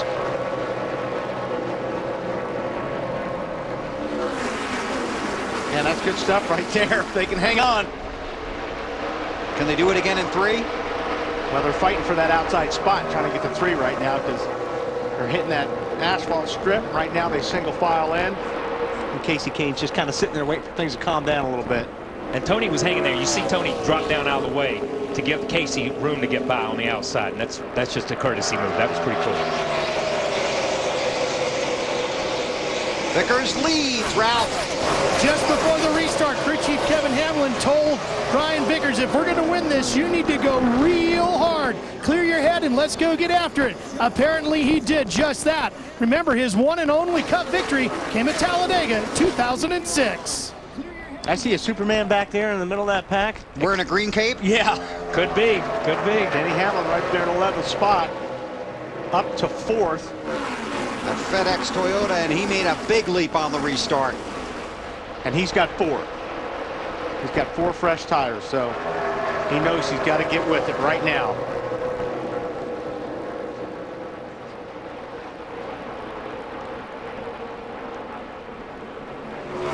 Casey's got to get around these guys and get out in front and get some clean air before the 11 car jumps up there on his back bumper. Absolutely right. He needs to get out front and leave if he can. The 11 really only has to pass the 88 car right now to get to Casey, because you know Tony's going to give him a little bit of a little bit of a bump there, a little bit of room probably. Might be waiting for him to try and help him out. Could be. Marty, what are you working on? I was just going to talk about Casey Kane's situation. Kenny Francis was preaching on the radio, be patient, kind of let it sort out in front of you, but I agree with Kyle. He didn't really have that time, does he, KP? No, I don't think he has that time now. Not with the 11 car coming the way he came on the first few laps. And look, I don't want to disregard Vickers here. Vickers is leading this thing, man, and he is driving a good line. He's running running the lane he wants to run. It's up to the 9 to get around, but you can see that the 83 is holding the 9 up because there's the 88 that's driven back up on the bumper of the 9. Boy, they are all bunching up now. And Tony Stewart falling in line behind Denny Hamlin. The 9 car is kind of doing the same thing he did the very first few laps. Yeah. He can roll into turn 3, but with somebody in front of him, he can't get it turned and can't get to the gas the way he wants to. That's why it's critical that he gets around this 83 car if he's going to take off. But I'm a little bit surprised. Being on a little bit better tires than Brian, I thought he would get by Brian a little bit quicker. And there's Denny Hamlin going to take that spot away from Earnhardt. Yeah. Denny's coming, and like you say, the 20 car gave Denny no issues. He just pulled over down the front stretch and let Denny go by. Denny got a good enough run that he takes over the 3rd spot there from the 88 car. Looking ahead at the leaders. There it goes. And yep, Casey's got to make this happen if he's going to have a shot at this, because he knows Denny Hamlin's coming. Is he going to slide him? Yes, he did. Oh, yes. He had to, man. Casey Kane recaptures the lead. Good job by both of those guys, though. Vickers gave him a little room there. Intervals at the line as we come to 15 to go.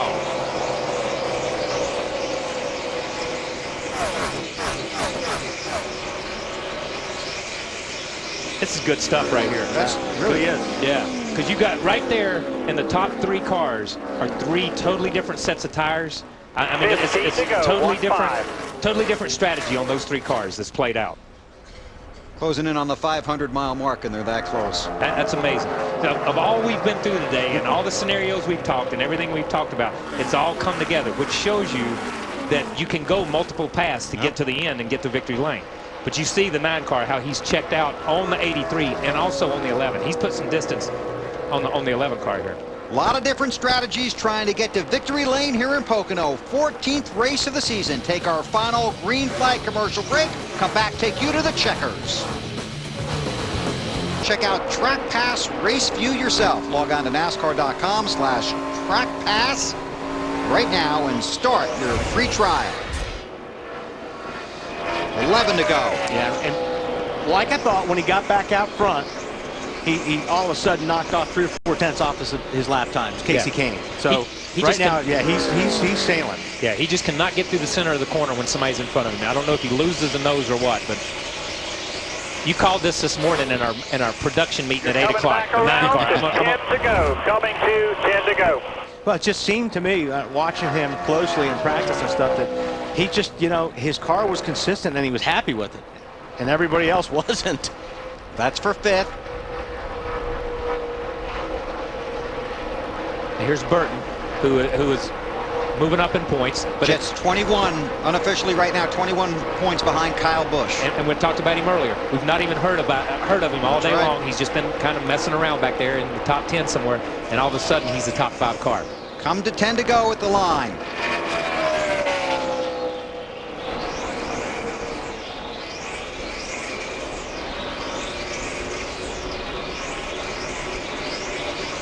Boy, it sure drops off, doesn't it? Yes, it does.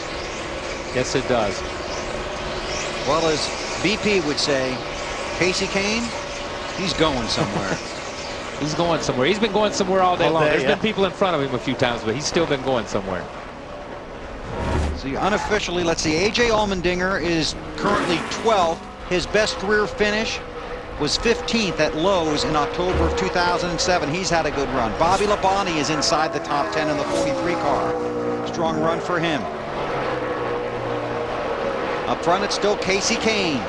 The question is, can Vickers or Denny Hamlin catch him in the final 10 laps? This is the race that's going to get tight right here. I really believe the 9 car, if the 11 maybe could get around the 83, then maybe he's got good enough tires. It's hard to say because he'll close up on the 83 and then he loses some position because he just drives her off in there. Now, and the problem is, if the 11 and the 83 are going to race a lap or two, that's just going to give Casey Kane more of a lead. Yeah. So the only thing, if the 83 pulled over and gave Denny Hamlin a clean pass, then maybe Denny could track him, run him down. Kane picked up 0.2 of a second on that last lap, Marty.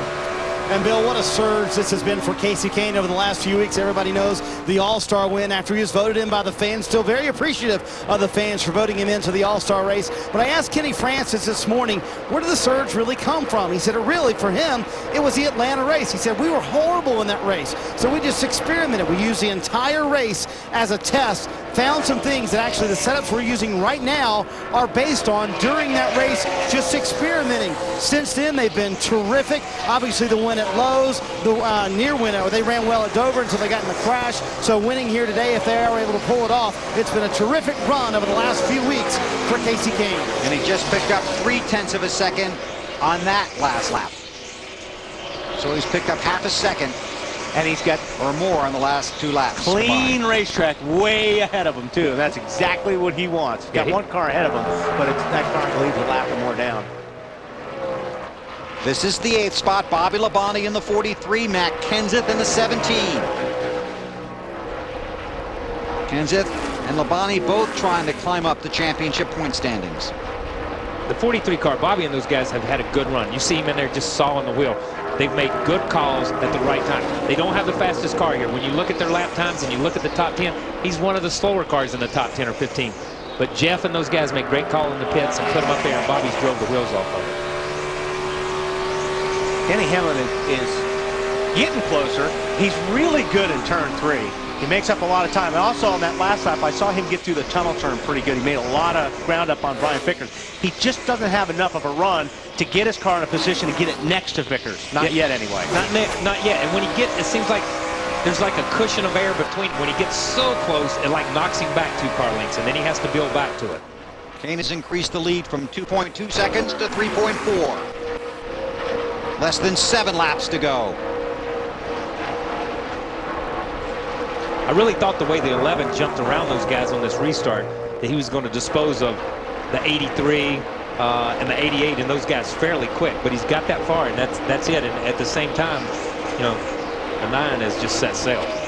And again, you have to go back to the fact that Kasey Kahne had an incident on pit road. They were going to make a 4-tire change. Midway through the stop, they decided to make it just a 2-tire change, but they'd already taken lug nuts off the front left wheel. Kahne had to come back down pit road, got new left side tires, went back out, and started at the back of the field outside the top 40. And let's give a call to the 11. They did too. They did the same thing when they had their fender torn up. They went back in, they come in, they fixed their left front fender or their right front fender. The 83 has got there on just pure drive from Brian Vickers and on great pit strategy from the Red Bull team. But the 11 car, these guys have been from the back to the front at least twice during this race. Hey, Ralph, how about that 83 car? Well, he's doing a great job behind the wheel, Bill. He said just a few moments ago, the only difference between us and these guys that we're chasing is the tires. We've got a very good race car. And they said, don't worry, you're going to make up the difference for us, driver, between you and those tires. And he's doing just that, Lindsay. What Bill and Kyle are talking about up in the booth, talking about Denny not having a line. He just came on the radio and said, I can't do anything about this when he's right in front of me, right taking up my line. So Denny's giving it all he's got. He's trying. He wants to get a win for his crew because his car chief got sick on Friday, had to go to the hospital. They've had to shuffle everybody around to make things work this week, so it would be really big for them. Denny Hamlin has had tremendous success here at Pocono in his brief Sprint Cup career. The sweep in 2006, with the most laps in this race a year ago. Hamlin has led 17 laps today, runs in the 3rd spot. 5 to go, coming to 4. We talked about it this morning, Kyle and Wally, in our meeting. These Gillette Evernham Motorsports cars really do seem like they've come full circle. It's been like a light switch almost. I mean, it just seemed like they struggle, and all of a sudden, like Marty was saying, right after the All-Star race, it was just like, this is a different race team. Yeah, I think here's the 43 car. You say, he just gets out there, he gets in, and pushes out, like we talked about. It pushes out. Matt did a good job of staying off of him. But you talk about the Gillette Evernham. when George Gillette and Alex and those guys bought into that team last year, they started moving people around. Mark McCardle, some of those guys who had been in the engine department, Tommy Wheeler left him in the engine department. Some of the guys in key positions, they moved some people around and they brought in some of their own people. They did everything they said they were going to do. And I think you're seeing that on the racetrack also. At the same time they allowed the race teams to get their stuff in a row, get their ducks in a row. The business itself has got its ducks in a row. So hats off to George and Alex and everybody at that group, because they've really put their stuff together. Hey guys, another thing that happened, I talked to Kenny Francis and I've actually talked to Casey Kane. When you go back to 2006, a team that won 6 races, more wins than anybody. Last year they went winless. And I think by the end of last year, and even at the beginning of this year, I think the team was a little bit starting to doubt Casey Kane, and Casey Kane was starting to doubt the team. And I think when it all came together and they won the All-Star race, all of a sudden they realized, you know what? It's the same driver and the same team that won those 6 races in 2006. This battle right here, it's going to get interesting. Remember, that's 5 more points for Jeff Burton in that 31. Maybe. You heard Junior checked up a little bit. You saw him wiggle a little bit, but he just gave him. Oh, and he's going to go right back down underneath him and get Burton a little bit loose. Yeah. He's not going to just hand this thing over right now. Yeah, that's more than 3 points. That's 5, I think. Good job. And that's important to both of those guys, the 88 and the 31. Less than 2 laps to go. Man, as far as loose, Burton's loose getting down there in the turn 1 there. You can see the car jump sideways on him. 4th and 5th. Remember, Burton is 2nd in the championship standings. Earnhardt is 3rd. Junior had struggled a little bit the last couple of laps over the tunnel. That's where Burton got a run on him right here. We picked up the gas on him.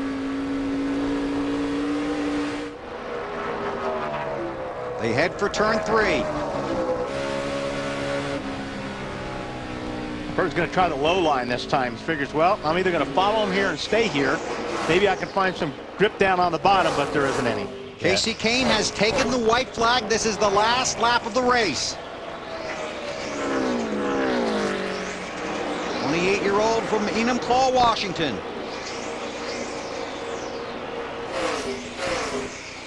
Had the spectacular weekend that they talked about at Charlotte. Disappointment at Dover, but now he's come to Pocono. Right now, he would be 9th. Yes, the 9 car would be 9th unofficially in the championship standings. 1 more turn to go for Casey Kane. This will be a true team victory. Battled back from the problem on pit road, started on the pole, 4 of the last 5. Now 5 of the last 6 races at Pocono have been won from the front row. The pole winner's going to take the checkers.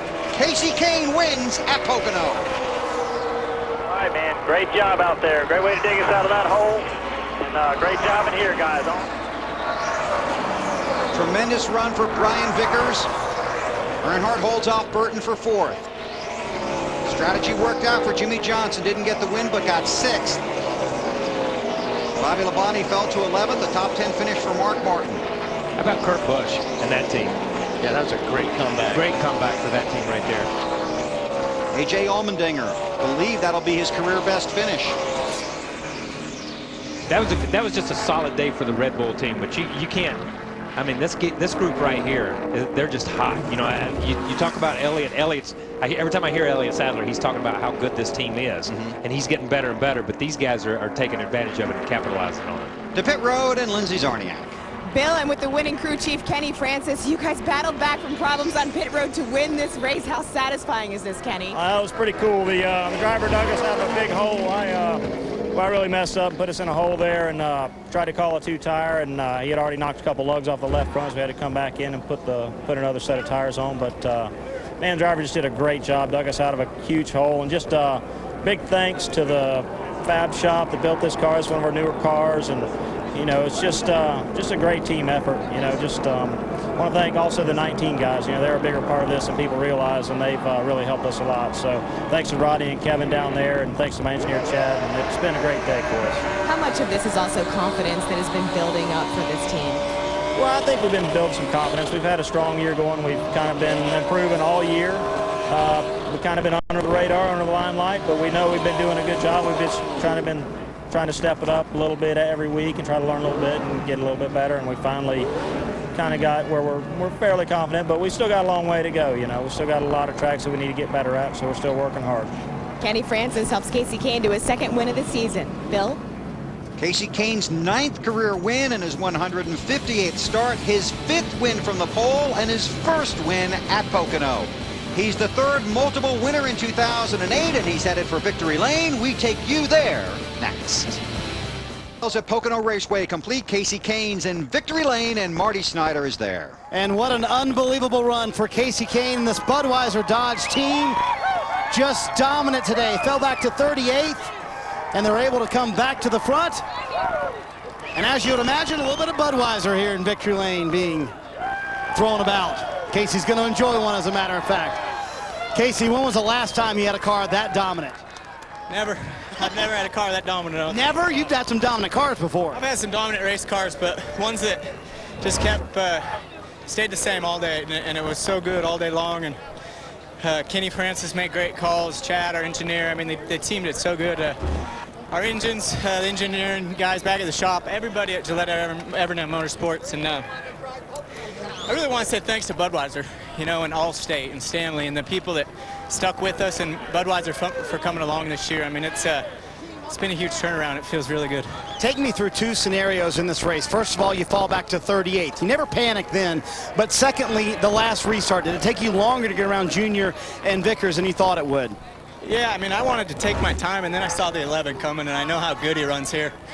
And I was, you know, because I was pretty loose all day, but the back had so much grip and turned so well that I just needed to take a little bit of time there. And I saw the 11 coming, and it was time to go, and we got to where we needed to go. But thank everybody, Siemens, Bosch, Stanley, I don't know, Valvoline, everybody that's part of this deal. It feels good to win another race. For the 5th time in Casey Kane's career, he starts on the pole and wins the race. Matt. What a tremendous 3-week stretch for Brian Vickers in 83. Led 61 laps in Charlotte, 17 laps today. What does this mean to this entire organization, how you guys have really come together? It means a lot, and tell you, I'm so proud of these guys. They did it all last night and today because we were a bucket yesterday in practice. They did a lot of changes, and real proud of them. You know, I feel like we had the best car there on the racetrack at the end of the race. We just didn't have any tires, but we did the strategy we had to do. Kevin made a good call. Second here again. Yeah, I know, second here again. Hopefully one day we'll get a win here. We've had a lot of those. He's had 4 career top 5 finishes here at Pocono. Well, Jimmy, that was a unique strategy call today, and it seemed to pull itself out pretty good. You end up with a 6th-place finish. Were you a little curious as to what Chad Knaus had up his sleeve today? No, I knew he was up to something. Unfortunately, it didn't really pan out like we needed. That last caution really hurt us, but no, it was a working man 6th today. We had to work really hard for that one, and I can't thank these guys enough for working so hard to give me these great cars, and we'll take that 6th, but we feel like we could have been in the top 3. You looked a little weak in the knees almost when you got out of the car. How hot and tiring was it out there today? No, I feel great. It's just those first steps after 500 miles in a car. The belts are so tight, and you're trying to get the blood back to your feet. And I was pushing the damn gas pedal so hard trying to catch the guys in front of me. My foot's asleep. Thanks, Jimmy. Dale Earnhardt Jr. comes home with a top 5 finish. You've seen just about seen it all today. How would you describe today? No, fun wouldn't be in there. We were pretty good to start the race, and then it got a little bit loose. I mean, a little bit tight in the middle part. We lost a lot of track position, but we gained it back. Some good strategy in the pits there, team. And when you look back today, one of the hottest days we've seen all year. How was that as far as track conditions for you trying to dial in the car? It's pretty hot. It's going to get hotter. It's going to get a little hotter in the next couple months. All right, thanks, Junior. All right, thanks, guys. 13 of the 14 races this season have been won from a top 10 starting position. Casey Kane wins here, but some guys had some really good days. We talked about Kurt Busch. Carl Edwards recovered from the tire issue. A.J. Allmendinger gets 12. Bobby Labonte gets an 11. You know, I look at the 11th and 12th place guys there, Bobby Labonte and A.J. What great runs for both those guys. A.J. deserved better than what he got today. Kevin Harvick had to start deep in the field after a battery problem on pit road. Jeff Gordon got the 14th spot. Yeah, we got Greg Biffle back there. That should have been a lot better than a 15th place. Ruderman gets a top 20. Scott Riggs right along in that group. He ran really good at the first part of the race. See Bill Elliott in the 31st spot. Tony Stewart, disappointing finish. Third win of the 2008 season for Dodge. Casey Kane takes the victory. More from Pocono in a moment.